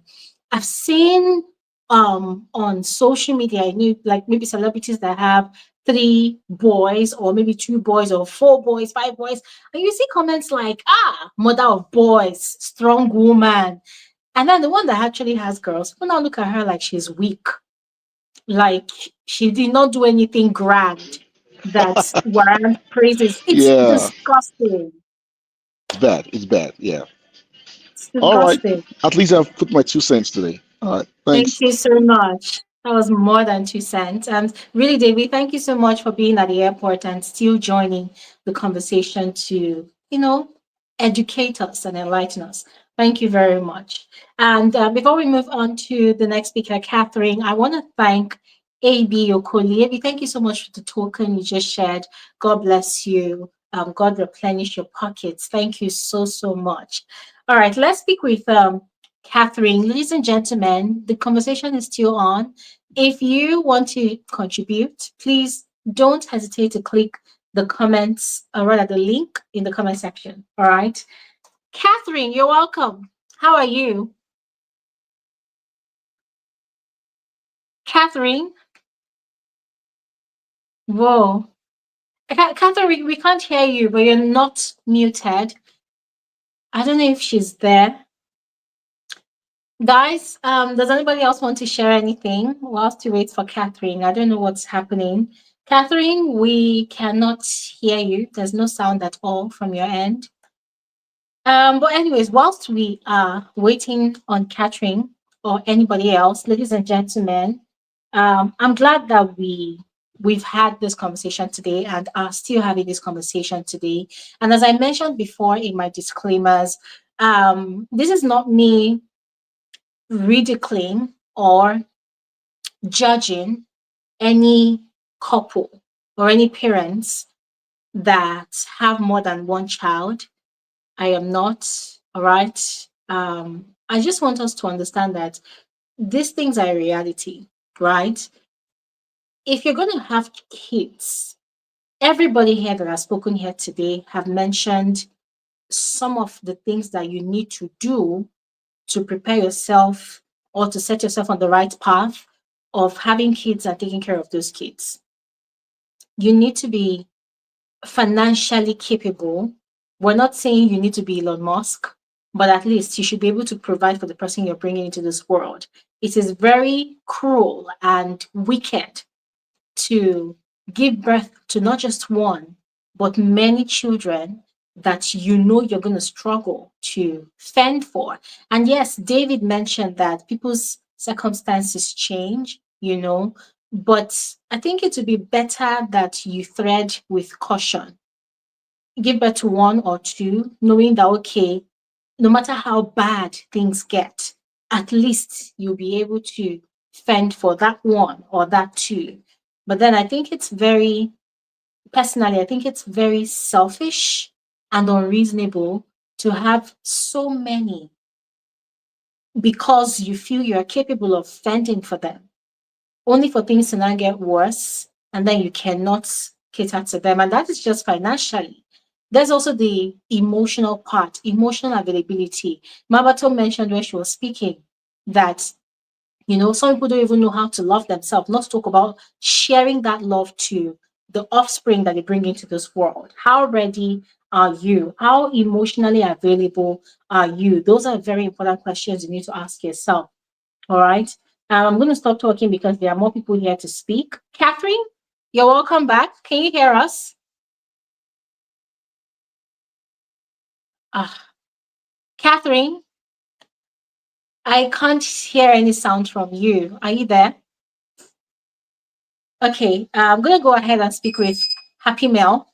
Catherine, please work on your audio. I cannot hear you at all, and I'm sure I'm not the only one. So please work on your audio, all right? All right, let's speak with Happy Mel. Hello, Happy, are you Glory. there? Good evening. Good evening. Good evening, Happy. You're welcome to the conversation. How are you? I'm okay. Can you hear me? Like Yes, I can hear properly? you perfectly. Okay. Um, I think the first question is how many children are we supposed to have? Yeah, what's the ideal number of children, ideal according to your standard? I think we should usually start from history. Okay, let's start from the Bible times. They had Okay. a lot of children, the land, you need people to, it was a sign of wealth, you need people to cultivate the farms, all that. Now, Yeah. we are 8 billion people in the world right now. And how many of those 8 billion people have farmlands? Some people don't even have a room to their own names.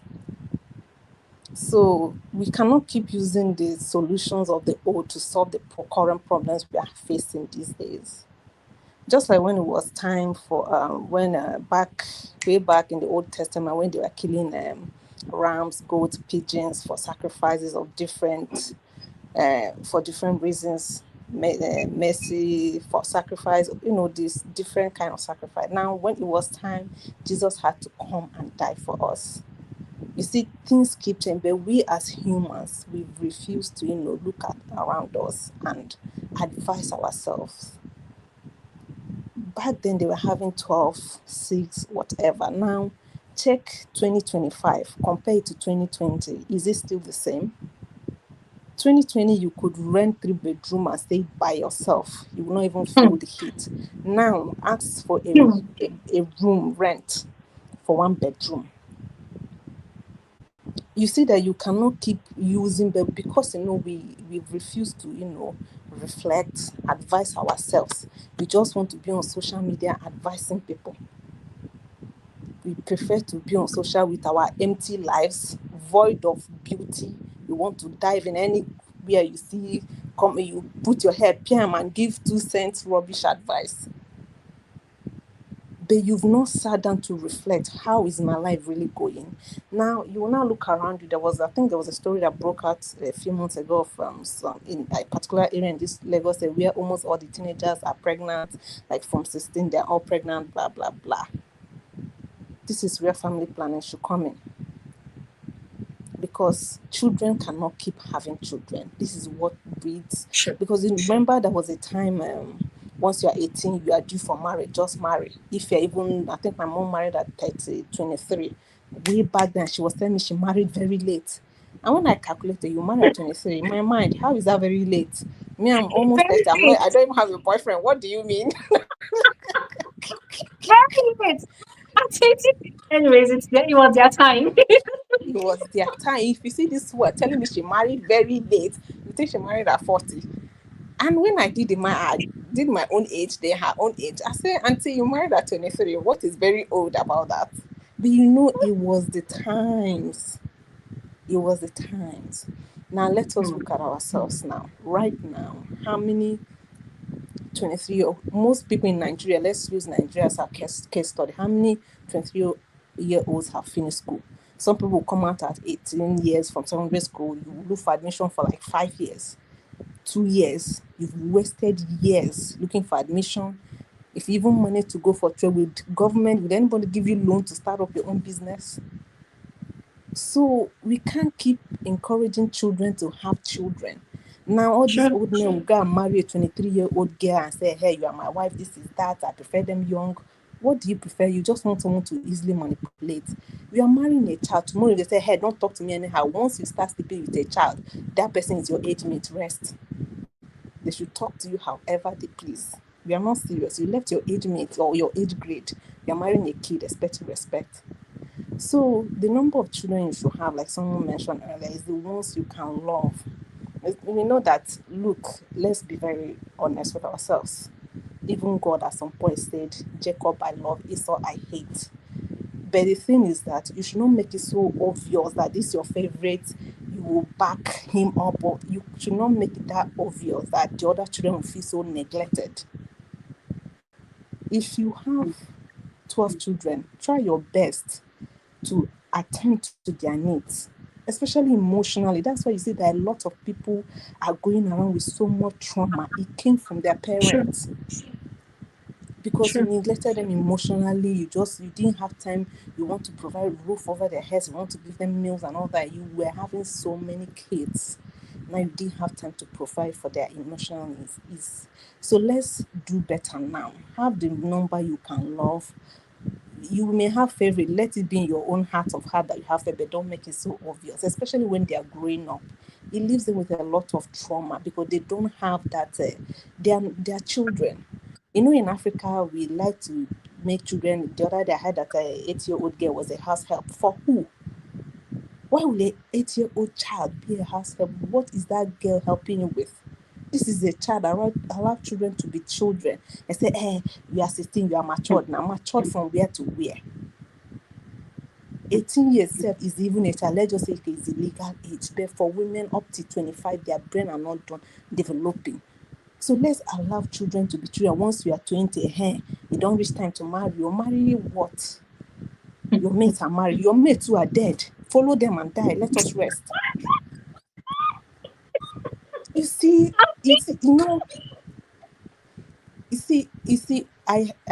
it dawned on me. Me, I've always been very emotional from a very young age. I've always had a mind of my own.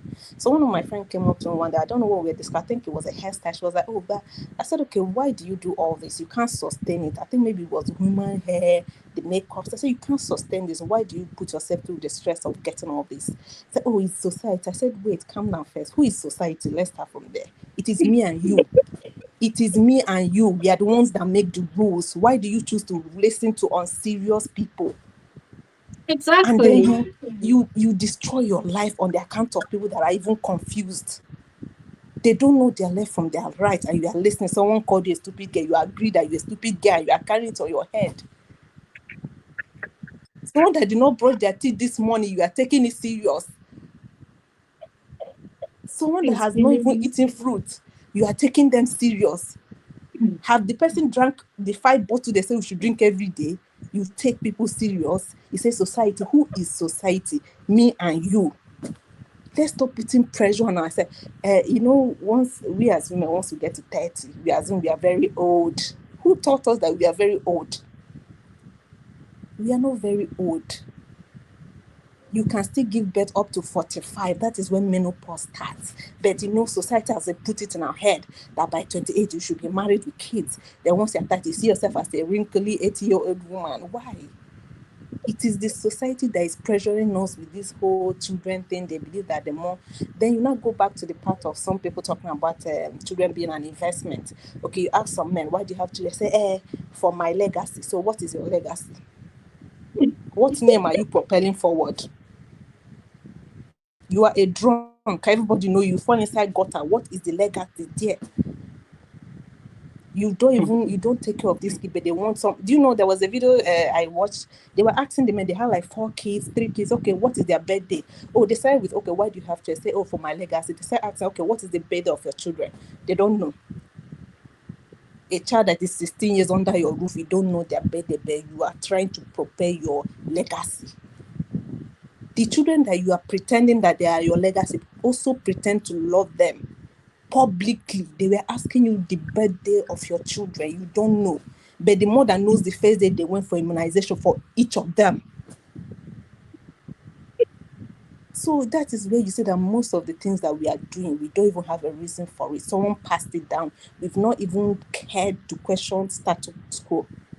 Okay, in this family, we don't do this. We're always the best. We are fruitful. How?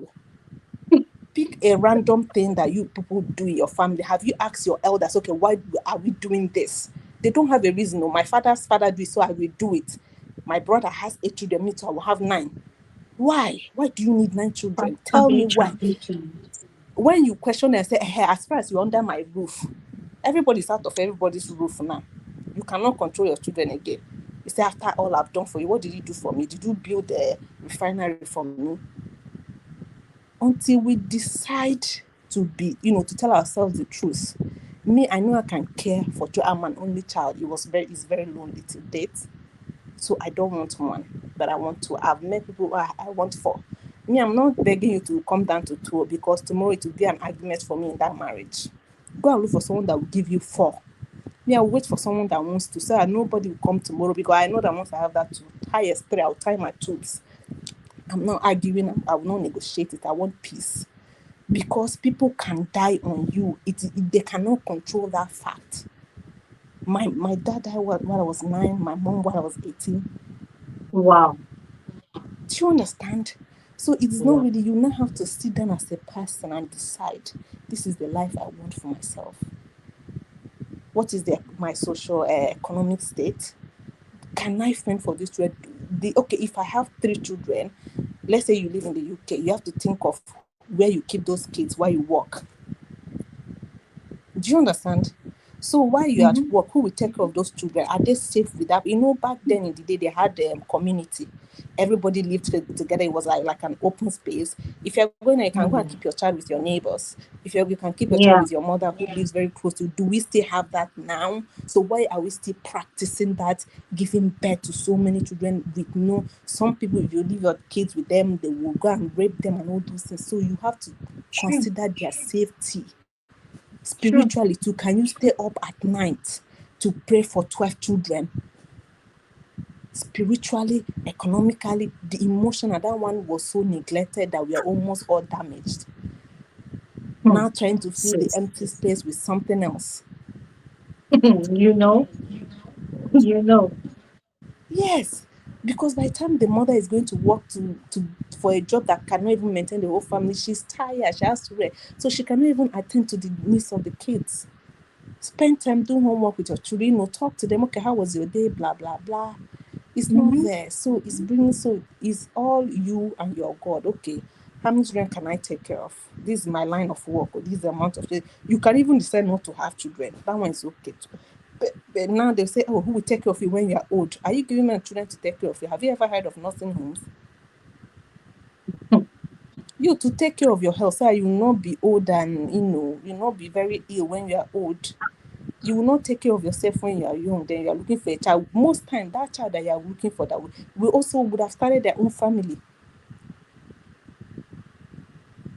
Do you understand? So a lot goes into, if you want to calculate it, sit down with yourself and your God and ask, how many children can I really? And then we need to advise our men that want football teams and uh, male children. And you know this issue of male children is usually the women that come to chase the wives of their brother out of the house. Yeah, busy, That's busy. one thing that boggles me.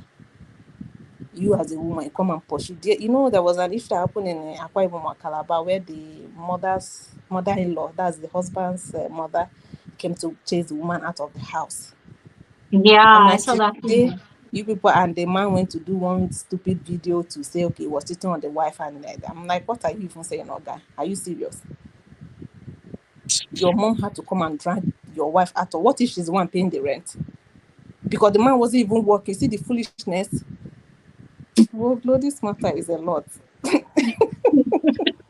Since you've just been cracking up everybody here, to be very honest, everybody is just cracking up in the comment section. No, but I just want to send you so much love and hugs, you Okay, know. thank And you. when you said about your parents passing, that is really, it's really terrible for anybody to experience. Thank you. Hugs to you, special hugs to you. My God, really sad, All right. really sad. But thank you so much for everything you shared. All right. Very valued. Makes so much sense. So much sense. Thank you so much. Thank you so Take care of much. yourself, Glory. Yeah. Thank you so much. And guys, whilst Happy was sharing, David dropped a very, very interesting question. Let me let me pull it up here and read it out. He's asking, he said, a scenario, a divorcee wants to remarry and the new partner has 8 children and you don't have any yet. What are your thoughts? We have an answer. My answer to that question, though not easy, but number one, love is not enough. I'm sorry. No matter how much I love that person, 8 kids are a lot. But there's a but. If the kids are old enough, let's say if the kids are up to 20, if they're up to 20, 18 and above, like 18, the youngest has to be like, let's say push comes to shove, let's say like 15. The youngest has to be like 15. 15 and above, I can manage. Now, the only way I can also manage is if that divorcee is comfortable. The person doesn't necessarily have to be a billionaire, but the person needs to be comfortable. And the reason why I am bringing in comfort is this. I don't want a situation where I get into such a marriage and I begin to work extra hard to provide for all the 8 children, including divorcee. Like, I don't understand. Am I marrying to go and work on a farm? Or am I marrying to go and suffer? I don't get. Nah. So for you to have that much children, you have to be comfortable to be able to take care of yourself, to take care of me, and to also take care of your children. That is if they still need assistance from their parents. I'm not saying I'm going to be that kind of partner that will not assist at all. I will assist, but you have to be comfortable because, as far as I'm concerned, 8 children is a lot.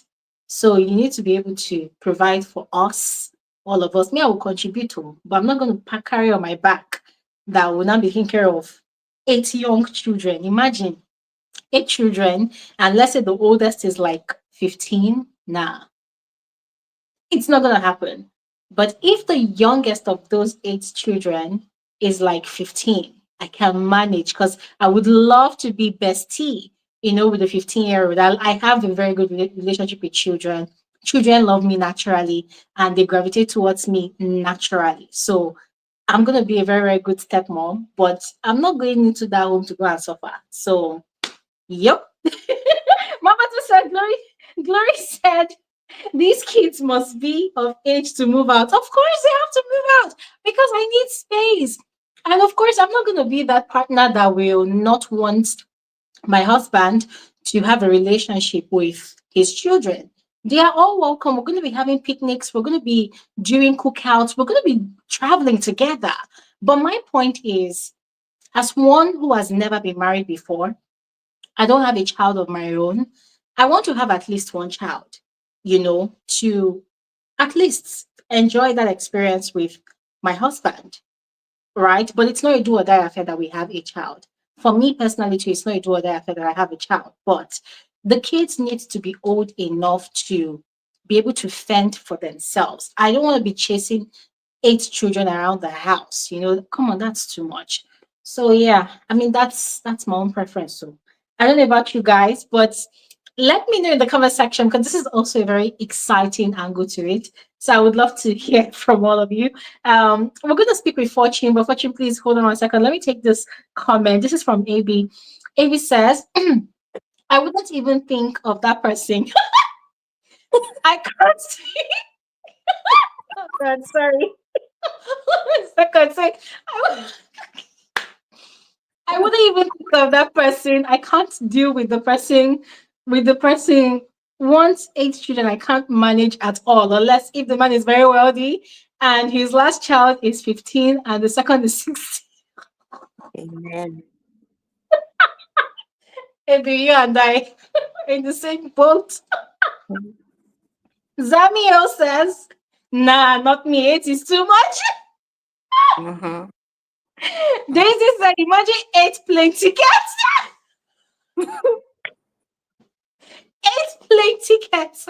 In fact, plus you and your husband, so 10. That's why we need the man to be comfortable. Like you're rich enough to fend for everybody. Because for you to have 8 children, it means you know what you're doing. It means you have one money tree in your backyard where you're plucking money from. So you're comfortable. You can provide, like you're a proper provider and protector. So you don't want a woman that's going to step into the picture and it's like she's the Cinderella of the house, like the slave. She's toiling and cooking and cleaning and changing diapers, and that it's a lot. There might be exceptions, right? There might be exceptions, but I think people will say money is not everything. I'm sorry, for a man that has 8 children, a divorcee, money will go a long way to really manage that situation. So money is important. As a matter of fact, money, see, because I will love you, because obviously for me to want to marry a divorcee, it means the love is very strong. As the love is very strong, the money needs to be very tall. Otherwise, it's not going to be complete. Fortune, you're over there, you're cracking up. Please, let's hear from you. You're welcome, sis. Killing me. And I'm so sorry I'm late to the party. I was in the comment section, but I got distracted doing other things, but I'm back now. So yeah. Now, I'm happy I you're want here. to Welcome. thank you so much. And hi everybody. I want to Thank answer you. David. Right? For me, I actually think it's just a no with no explanation because I'm thinking 8 kids, if they want to be like father, like son or daughter, they will also have 8 kids of their grandkids. It's a village. 2025? No, I don't think I can do it. But I guess it also depends on a lot of things. But I know that the answer for me is a no. But I can understand a lot of these other answers also because they have to be very grown, super Yeah, grown, and they must not have 8 each also. 8 times 8, that's 64. that's a nation. Like you can have a whole country all by yourselves.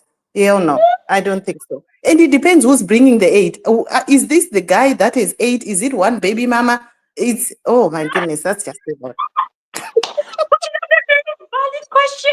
What if there are like 8 different mamas or baby mamas or maybe choose? Oh my God, we'll be I just fighting don't every know day. who's popping out 8. There's at least 2 baby mamas here. If this is a real life scenario, and I'm not about to do that because I don't think I can do. I think maybe for me, really, I'm happy with a person bringing in their own children, but there's a number that I'm quite comfortable with, and then age also. I think I Mm, like working out, running around, and stuff like that. But the ones should not be the ones I must be chasing after. They must be over that age. If you want food, the fridge is there. Go. even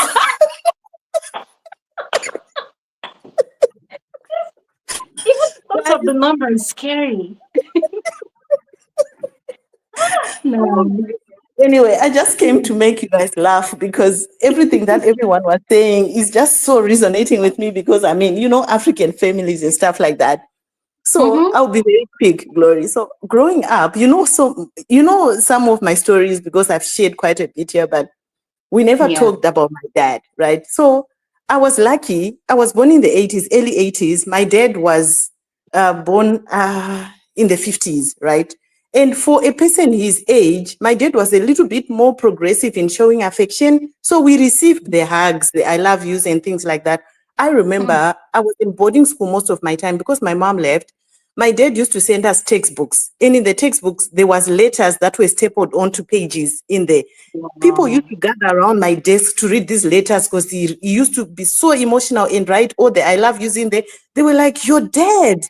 Oh my goodness. Has he studied abroad?" You know, they used to ask me all these questions, but really, our dad really did try in those days, you know, but he did love women too much. So the kids became a bit more. But in our family, there was only four. It was only the four of us, three girls, and the boy that came last. So I'll start with the reasons why my dad had. So my dad was very, very, he was one of those first generation university people. So he wanted a very small family. But he married a person that was like a teenager.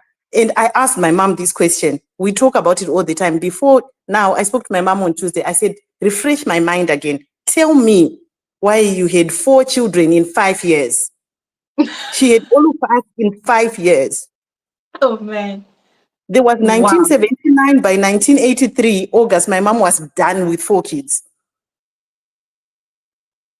That's it. So I asked, and she said, if it wasn't that God didn't allow it, you guys would have been 8. And I said, explain to me why 8. Her Oh dear. reason, my mom was a young mom, super young. My mom was married when she was a teenager, right? Back then. She just like did that whole thing of coming and saying, I'm not leaving, I'm staying here, right?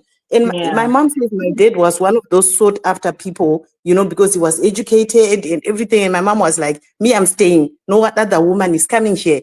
So she started popping them babies. She was like, at that time, she thought, you won't send me away if I have all of these. That was a reason. I must have Mhm. as many because then I can't be sent away. You know, I must prove my worth. But she said he didn't like that. And he kept on saying, no, we don't have to do it like this. And she read that as, you don't want me. You want to be replacing me very soon. So she thought she should have more. So my mom got pregnant 5 times, but she managed to bring 4, right? And the reason is that she just wanted to be relevant. So I said, was it not tough for you? You were a young mom. By the time you were 22, you had all these children. And she said, I was lucky I married rich. Your dad had money, so there was people running around for me. But then Wow. eventually the marriage didn't work out and it went away. But her reason at that time was that she felt and she thought society also expected your relevance was attached to the number of kids you have at that time Hmm. to her, right? And the other issue was the chasing for the sun. There was also a bit of that in there because my sister, firstborn is my sister, and I'm second. And even my grandmother named me Sekai. Sekai means laughter, but you decide which definition you want for it. But the message that my grandmother was passing to the people out there was, it's fine, you can laugh because it's not a boy. That's my name. Oh wow. It means laugh, but every time I take the laughter part of it as, oh, it means a joyful person. But my grandmother told me that people were laughing at me, that my son can't make a son. So she was passing the message, which is so bad. I don't know if other people do it. Zimbabweans do it a lot. They will name Wow. a person by the message they want to tell to the world. Names like So tears. absurd. Yes, they will name tears. Absurd. And they, weird names. Tears to be like, I've cried, God, I've been crying. This child's name is Tears. I don't know where we got this. But anyway, Wow. it's my second name, but I know that's the meaning because my grandmother said I was tired of these people laughing at my son. So she gave me that. Anyway, the boy came at number 4, right? So there was also a lot of that chasing for the son, but my mother was predominantly doing it to rake up all these kids that she had inside of her and dump them into this house to stay. So that's the reason that she gave me. And she said, you know, when she thinks about it, she never would have been able to raise so many. And her mindset was mixed up, it was messed up at the time because nobody taught her that when you bring them, they will need attention. And she always thanks my dad directly and through us to say, I never would have been able to do it. It's a lot to raise people up until this stage where people are liberal and they've got this mindset because my dad did a good job. My mom always says, I'm so happy I did not get the 8 because you guys would have been 8. But basically, that's a reason. And the reasons are different because I also asked my dad, and my dad said, no, he just wanted, at that time, a very small family. But the problem now became when my mom left, my dad remarried. He married two. And all of those women needed to have children. Needed, not wanted. Yes. So everybody must pop one to be, because in our culture, a lot of people believe that if you are married into the family, you are really married when you bring a seed. If there's no children, nothing binds you to that. So Daddy Dearest went married two at the same time, had kids there, and then they then decided these women, and he married. He even has another one now that's trying. I had a call with my dad last year. I said, you are so old. Why are you trying? Who's going to take care of this person? And he said, no, do you see my wife is so young? She will do the do. And we know she won't, because I must now pay fees at some point, the same way I paid fees for these girls. When Queen was talking, I was thinking exactly the same. I paid fees for the girls. We have this thing of wanting kids to raise other kids because it's so expected in most of these cultures that if there's children, they are all our children, but I'm a kid. And it messes up with me. I don't have children. I don't even want to have kids, but I'm out here raising theirs. I shouldn't have to do that. But you see, it's all of these where when people remarry, especially, they must still bring a woeful family.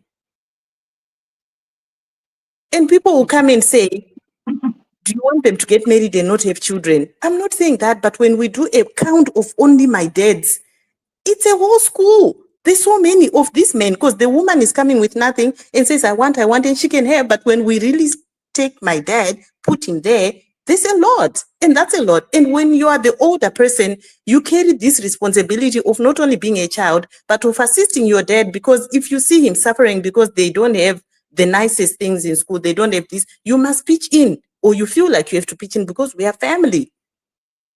The blackmail.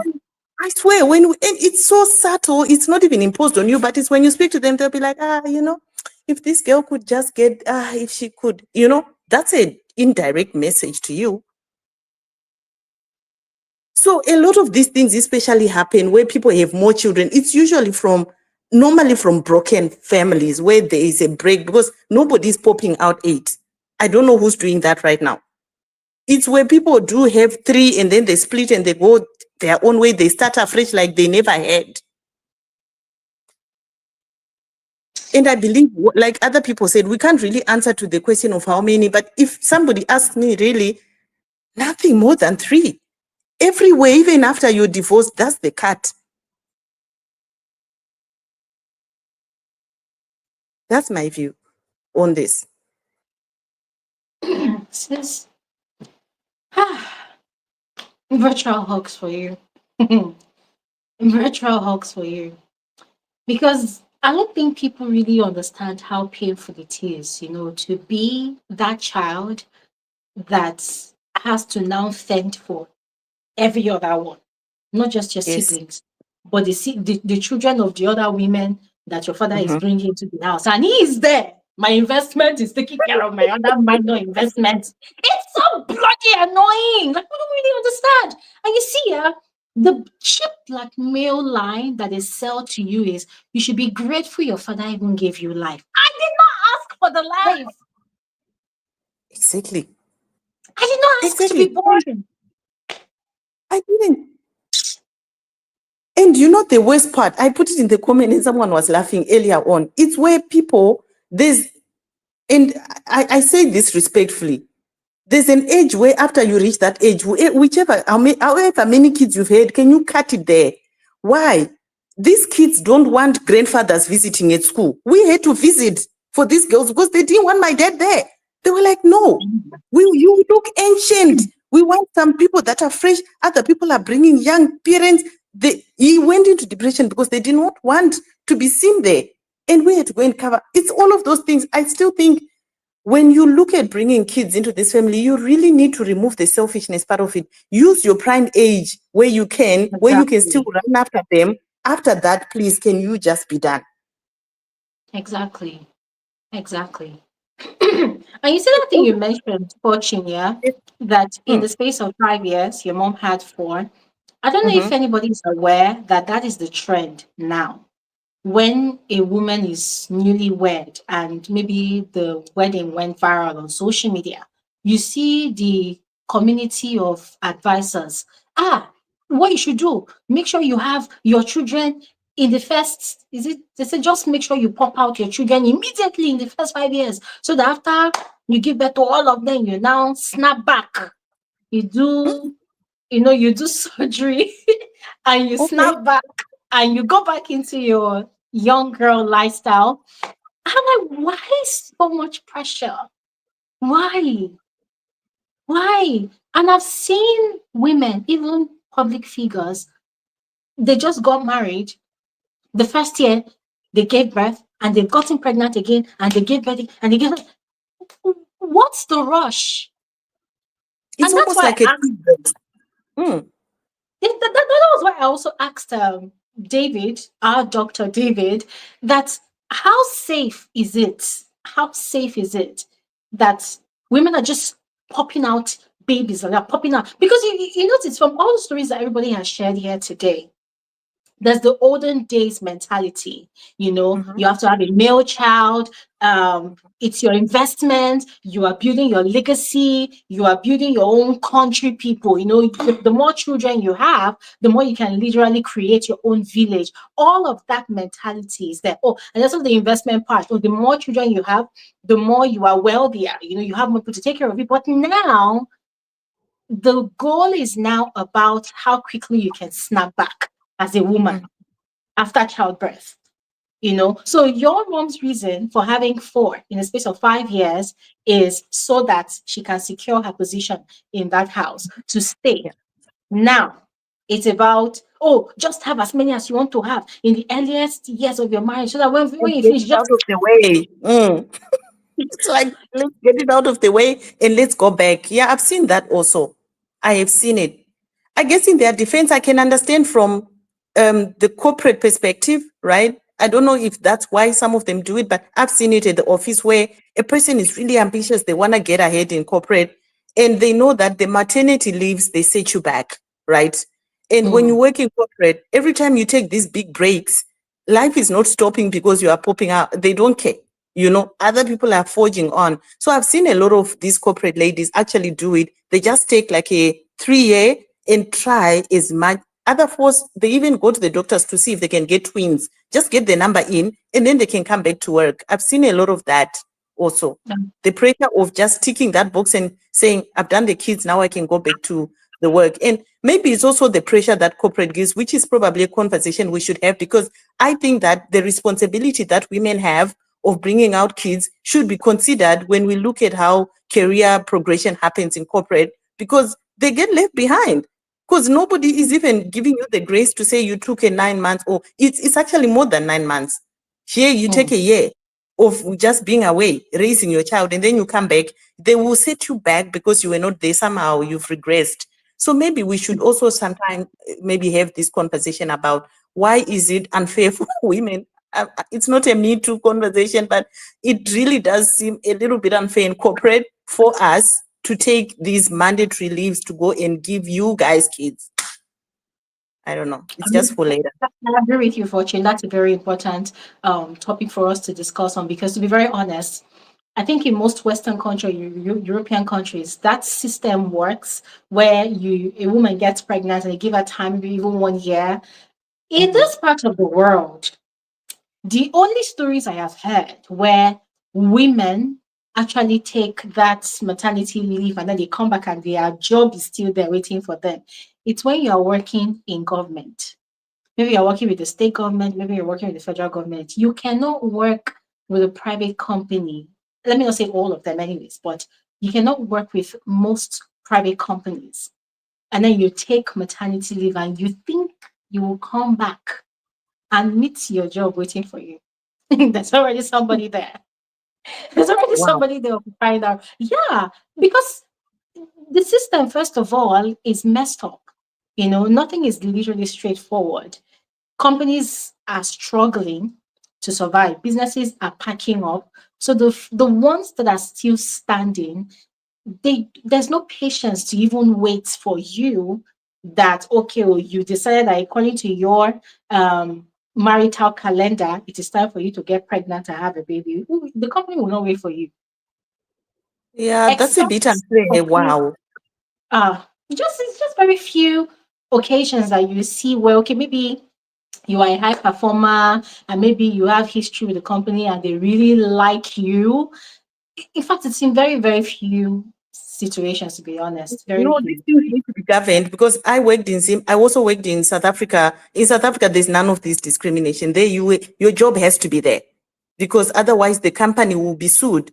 You actually need, with all the standard corporate companies, right? The number is less. I think it's 4 months maternity, I think something like that. And it's even paid. You get some payment in that time and you come back. But I think there is some career regression either way. There is that thing that just sets you back. I don't think anything can be done about it, but I think some other people in corporate may want to vent about this. Hmm. Yeah, I think let's have that conversation next time. It might be a good one. We will. Thank you. Thank you Yeah. so But thank much you for so much sharing. for Thank you for letting me sharing. speak. Oh, my goodness, it was so nice to share this story. You know what? My biggest joy is that we can have this conversation and laugh about it, regardless of how hurt we were at the time all of these things were happening, the damages it has caused. Because Mm-hmm. let me give you guys a very short example. I once dated someone and the person was a bit older than me, so we dated and I'm gonna confess, I was kind of clingy. I wanted the person to call me all the time, to give me attention all the time, and the person really knew how to starve me of attention. The person knew how to starve me, and it worked because the more the person starved me of attention, the more I was looking for this person's attention. And when did the person finally, when the person decided that it was time for the person to call me, the person was like, I think you have daddy issues. Mm. Oh God. Oh God. I almost died. The person was like, I think you have daddy issues because if you don't have daddy issues, first of all, you won't even be dating me. Second of all, you won't really be crying as you are right now that you give your attention. See, do you know what's funny? Which is not really funny, to be very honest. It did not deter me from still wanting to be with the person. Oh my God. You see, bless God, this happened years ago, right? Mhm. So I'm saying that, you see, this emotional unavailability from parents to their children, a lot of parents do not yet understand that there's a lot of psychological issues that emanate from there.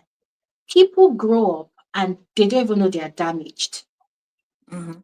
People grow up and they find themselves in friendship situations, right? Another example is I found myself in friendship situations. I had a friend, and this friend, I called this person my best friend. And this person also called me her best friend. And we're best friends since we were 17. And then we got to our 20s, and this person now had multiple best friends. And I just could not come to terms with that, you know? So it became a struggle for me. Like, but I thought I was your best friend. I was 26 and I was struggling with accepting that my best friend had several best friends. So growing up to my 30s now, when I think about all those things, I'm like, oh wow, this is actually the same thing that happened when I was a child. The sixth one in the midst of seven, and I Mhm. couldn't come to terms with the fact that I was not receiving enough attention. So I Mhm. felt that same way in my friendship. And yeah, something else happened, that friendship went south, but yeah, it was something I realized also too, that okay, this actually happened. So a lot of people actually grew up, they are damaged. There's something in them that's damaged. Some people literally go out of their way even to even stay in toxic relationships to seek comfort, to seek that attention that they did not get. whilst they were in that situation, they were struggling with. And some people will never recover from it, to be very honest, except they finally meet their soulmate. That one person that was probably raised in love, that one person that knows how to love themselves and has enough love to share with others, to be very honest. Person can Yeah. share love with others, and the person can recognize that, okay, this person has a need, and I can feel that need, you know. Mm-hmm. And honestly, except that happens, a lot of people are just going to be walking damaged individuals. I myself, to some extent, I know that I'm damaged to some extent, and it's something I've learned to work on, And there was something David said that in a way it worked to my favor. It actually did, because as a grown adult now, I don't have like one person I would say this is my best friend, but I have learned to really appreciate my own company. I can take myself out for brunch, for lunch, for dinner, and I do not necessarily feel lonely most of the time, because I have become so used to my company. And it doesn't mean I cannot thrive in the company of others. I can, but it's something I have learned to work on. So parents should learn that emotional availability is very necessary. If you want to have 100 children, just make sure that you are emotionally available for that 100. If you're not, you're a criminal. You have no rights to be having Mm. that much, to be honest. Yeah, but can I ask you something that you Yeah, mentioned earlier on, that it was already in your upbringing that you felt this need, that nobody was seeing you. Was it really a conscious feeling at that time, or is it in hindsight now that you're grown? Because I remember growing up, the definition of, or even realization of whether love is present or not, I don't know if we had that comprehension at that time. So was it consciously really there, or this is in hindsight, some of my, rebellion was because of this? it was actually a conscious feeling. So you see, yeah, I am I'm a Pisces, according to my zodiac sign. I'm a Pisces, and they say, because to be honest, I don't read all those things on a daily basis. But from what I have read about my sign, they say we are very sensitive, we're deep thinkers. So I'm a deep thinker. I'm very sensitive in the sense that my intuition is very strong. I see a lot, like I pay attention to details a lot. And most of the time, in the midst of people, sometimes I do introspections a lot. So I was 13, 14 when I noticed it. Like I was acutely aware of my situation. 13, 14. Because as a as a child, I remember when I was below 13, I was a very inquisitive child, very curious. I wanted to know things. I wanted to know everything. Hence the reason why my dad did not really want me to read certain books, because it felt like they were above my level. But I would still hide and read those books, you know. But when I wanted to have conversations with my sisters, they were like, you're a small child, go away. So I wanted to learn what they were talking about. And so I used to eavesdrop a lot. I used to eavesdrop a lot as a child. And then you go to the boys, they'll tell you, yeah, you're a girl. Why do you want to come and play with boys? So I was I was really lost, and I felt it that I was really lost. Then when I got to 13, 14, as a teenager in secondary school, I really felt it. So I struggled a lot with making friends, to the point that the one friend I had in secondary school that had several other friends, I felt alone in that friendship. And when I would come back home thinking that, okay, I have many siblings, maybe my loneliness will be cured. It was never cured, because the house was already divided. There were the cliques of the girls and the boys, and it felt like although there were times when we would all come together and play and have Mm, fun, but it was very obvious when there was that division, mhm. the grown-ups and the boys, and then I'm just there. So I was Okay. fully aware. Yeah. Mm. Yeah, it's interesting because I don't think parents even realize that kids feel it this way, like you're saying. And I guess other kids don't even comprehend that feeling, right? They don't It know. pops up much later. Yes, you don't know what it is. To you, life is Mm, just moving on, you know? So it's very mhm. interesting. And just one last thing, Glory, this a topic that you guys touched on, and I don't know if you elaborated more on it when I was on my phone call earlier on because I stepped off. The issue Mm, of parents loving other kids more. I asked a mm. question that nobody answered earlier on. There's a Yeah, what difference was that? between love and favoritism, guys. Can we really say these parents don't love their children? Or because we should be able to separate what's love and what's favoritism. Can we do that? Mm. Sis, I totally agree with you to some extent. Yeah, I agree with you. That's favoritism. I think, guys, please feel free to react to Fortune's question. All right. If you want to contribute, let me drop the link in the comment section. So it's not just both of us talking. If you want to contribute, please click the link in the comment section. Fortune, as I was saying, yeah, I totally agree with you. I totally agree with you. You see, in that environment where I grew up, I'll always use my environment as an example because I saw a lot as a child and even as an adult. See, there was always that thing. It was like an invisible instruction that sets the precedence for competition amongst all the children in a family. The one that can make the family proud. That is the one that will receive the most favor, the one that will receive the most attention. If a child is in church and you know all this thing they call memory verses, a child should that can recite a memory verse perfectly. If that child does well in church, because it happened in my church, if that child does well in church, you will see how the family will celebrate the child and tell the others to emulate that child because hey, that your brother or that your sister has more brains than you. So learn from that one, you know. So it also made me question that are we really loved? You know, because I'm not the only one that actually knows I actually have trauma from childhood. I don't know what my other siblings would say if I had a sit down conversation with them as well. So I agree with you. The way our parents define love, it's completely different. And I don't know if you heard when Maputo was also speaking, what she mentioned too, that some parents also think that the true definition of love for their children is when you're able to provide food, clothing, shelter, and education. And that's it. That's Wow. it.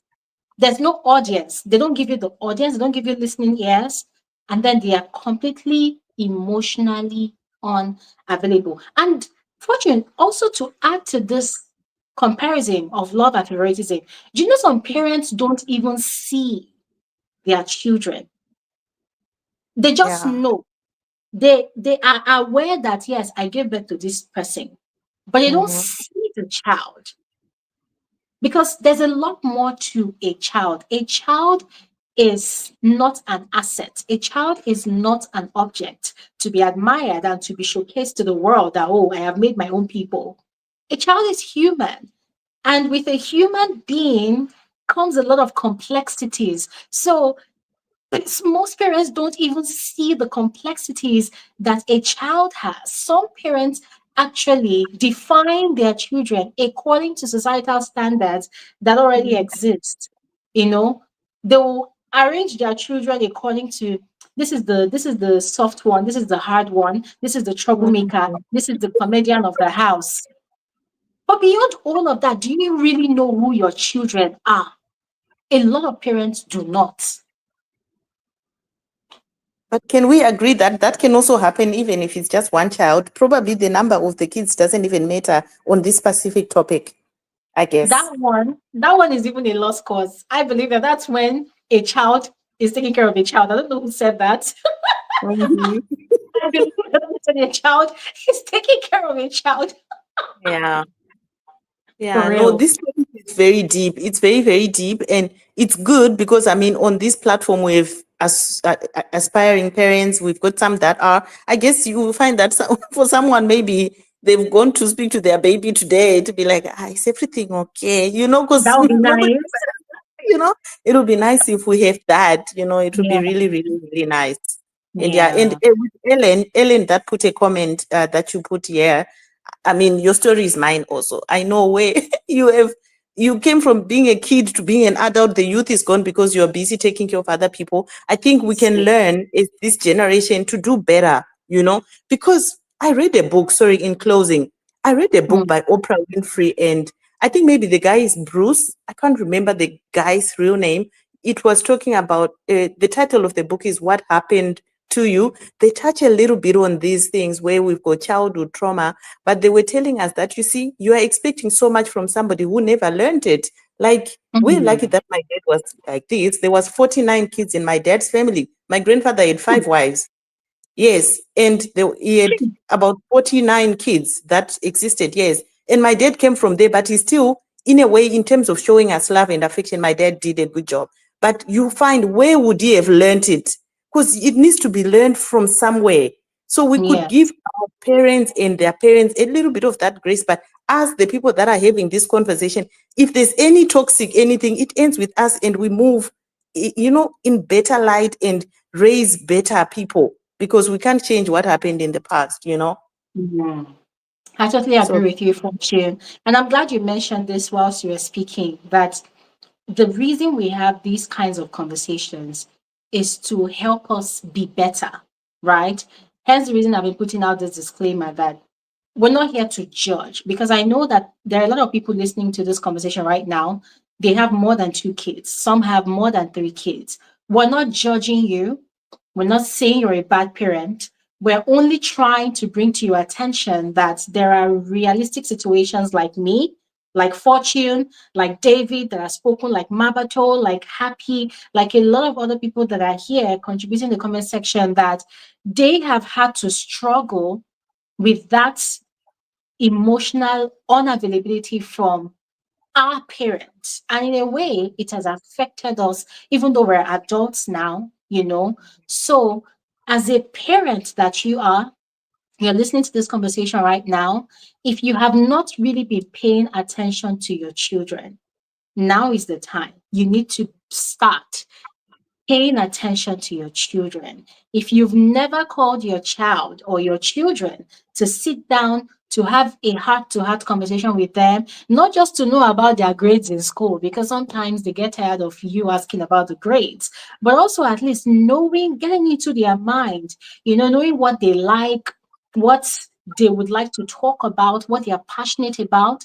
Have these kinds of conversations with them. And for the girls, if they're having boy trouble, or for the boys, if they're having girl trouble, I even heard that for the boy child, there's a certain age they get to and they begin to struggle with their hormones a lot because they are literally getting horny all the time. I saw this in a movie and it was kind of funny to me, but it's a reality.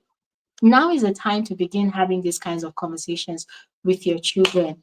Don't let your children grow up to become damaged adults. It happens. So that's the goal of this conversation. Yeah. So yeah, Fortune, thank you so much for contributing, for sharing your story as well. Thank you. thank you. All right. See you next week. Thanks. Bye All bye. right, my love. Thank you so much, Fortune. Thank you so much.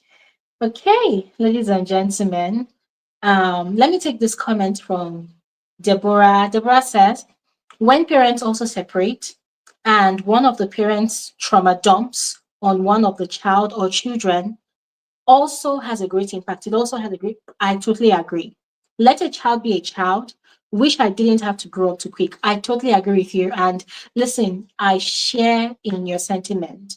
I grew up too fast. I actually grew up too fast. Yeah, God, there's just a lot. Yeah, let a child be a child. Let a child be a child. Especially parents that impose the role of second parents on their firstborns. That is very unfair. That's very cruel. I know you're trying to teach your child responsibility, but when you do not allow your first child to enjoy the joys of childhood, the joys of just being a baby, it is ah, it's traumatizing. It's traumatizing.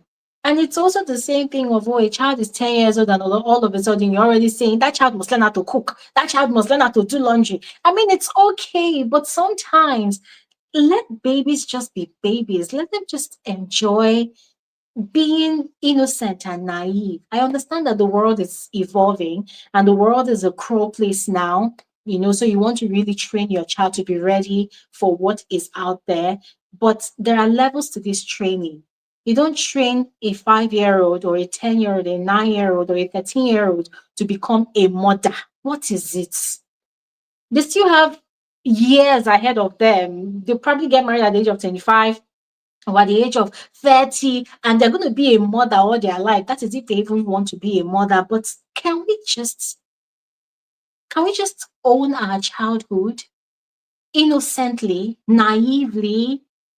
Guys, I became unnaive at a very early age, and there are times when I just want to go back to just being naive.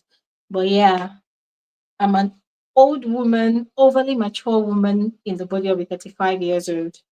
And sometimes it's really exhausting to be so grown up. It's really exhausting, you know?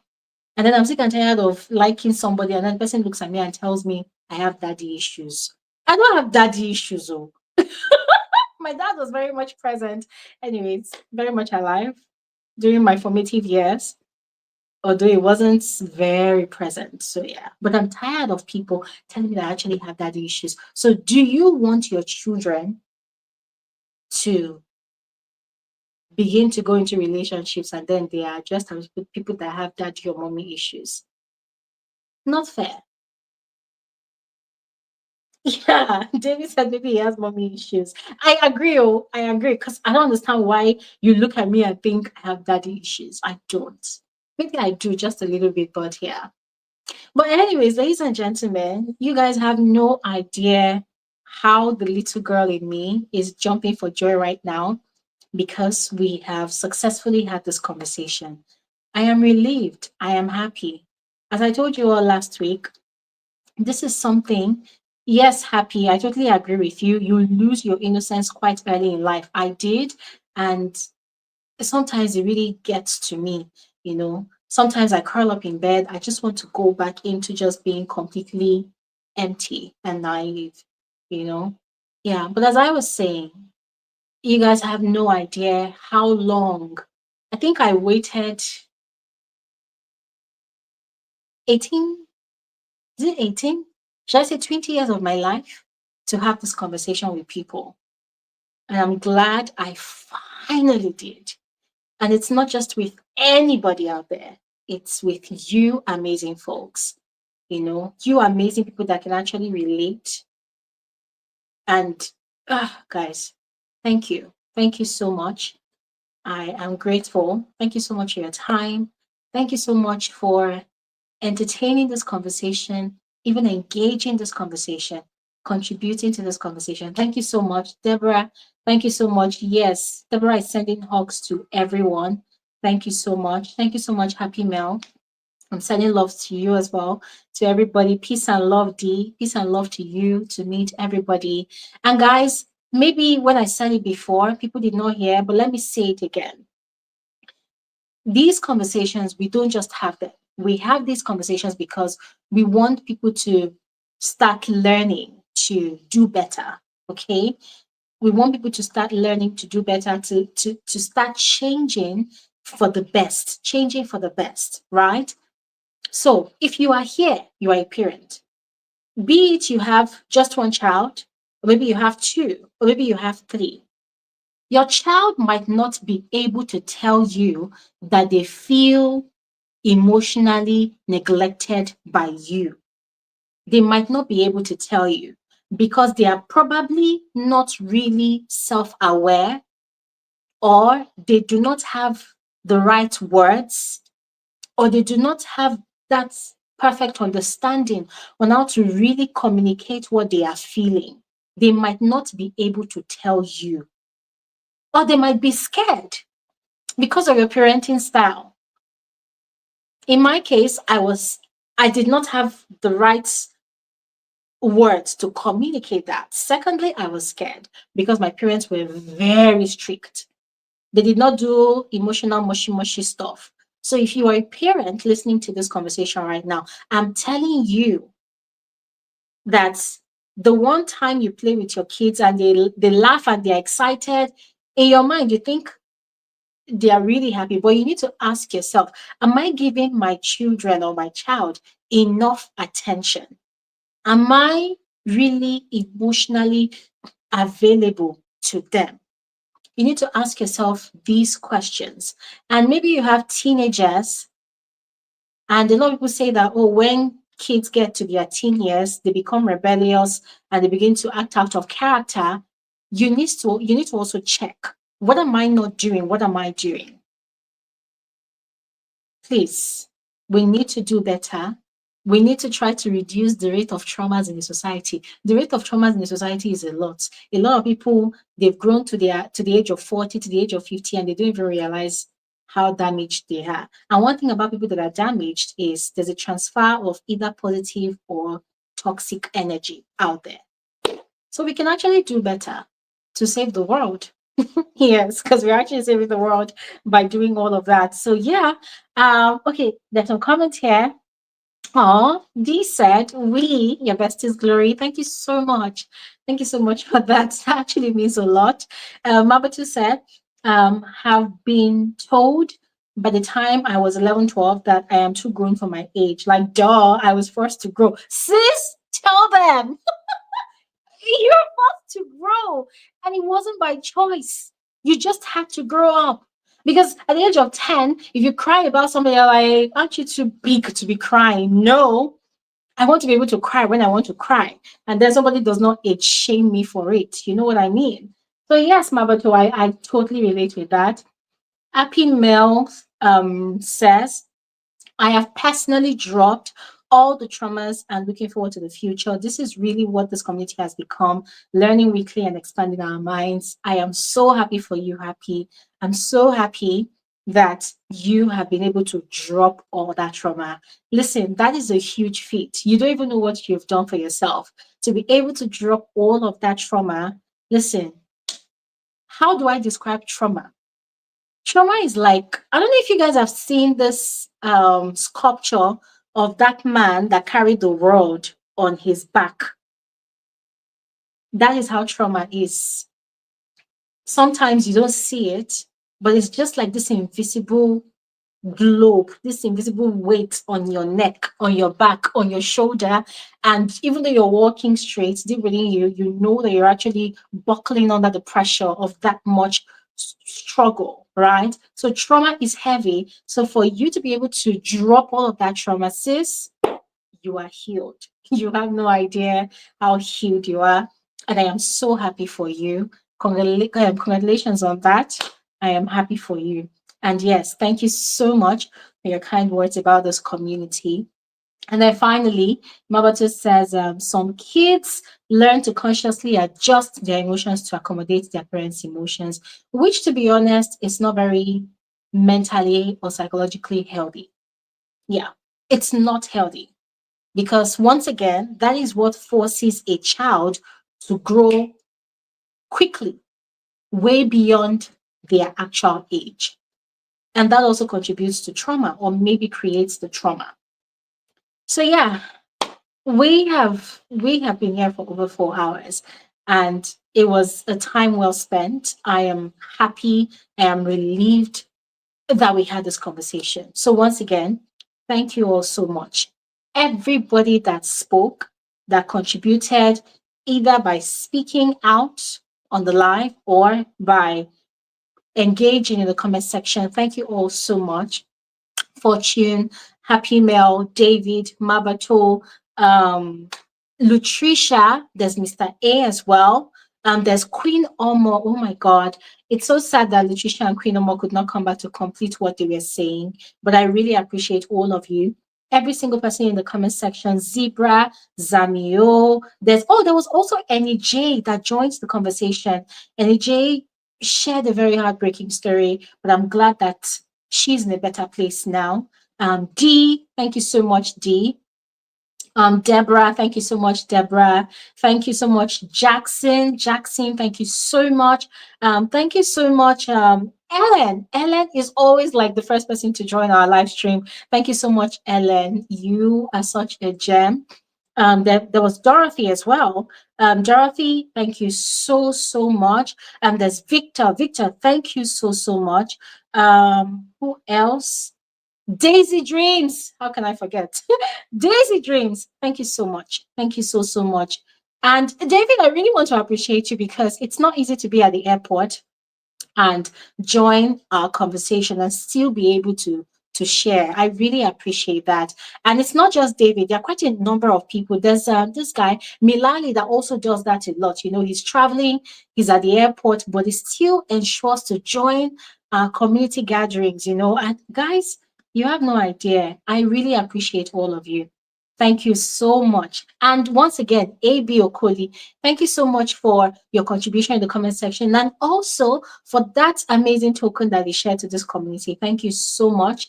I appreciate you. Zami, thank you so much as well. Chinimiri, thank you so much. Deborah, always a pleasure. Thank you so, so much. You guys are simply the best online family anybody can ever have. And yes, I will see you guys next week, Saturday. I'm not announcing next week's Saturday's conversation just yet because I'm expecting something, so I'm still watching out for it. But however way it goes, you guys would definitely know come Friday. All right. So yeah, Adiremi, thank you so much, Adiremi. Says the topic is a great one. This reminds me of the movie A Savage Child. Interesting. Thank you so much.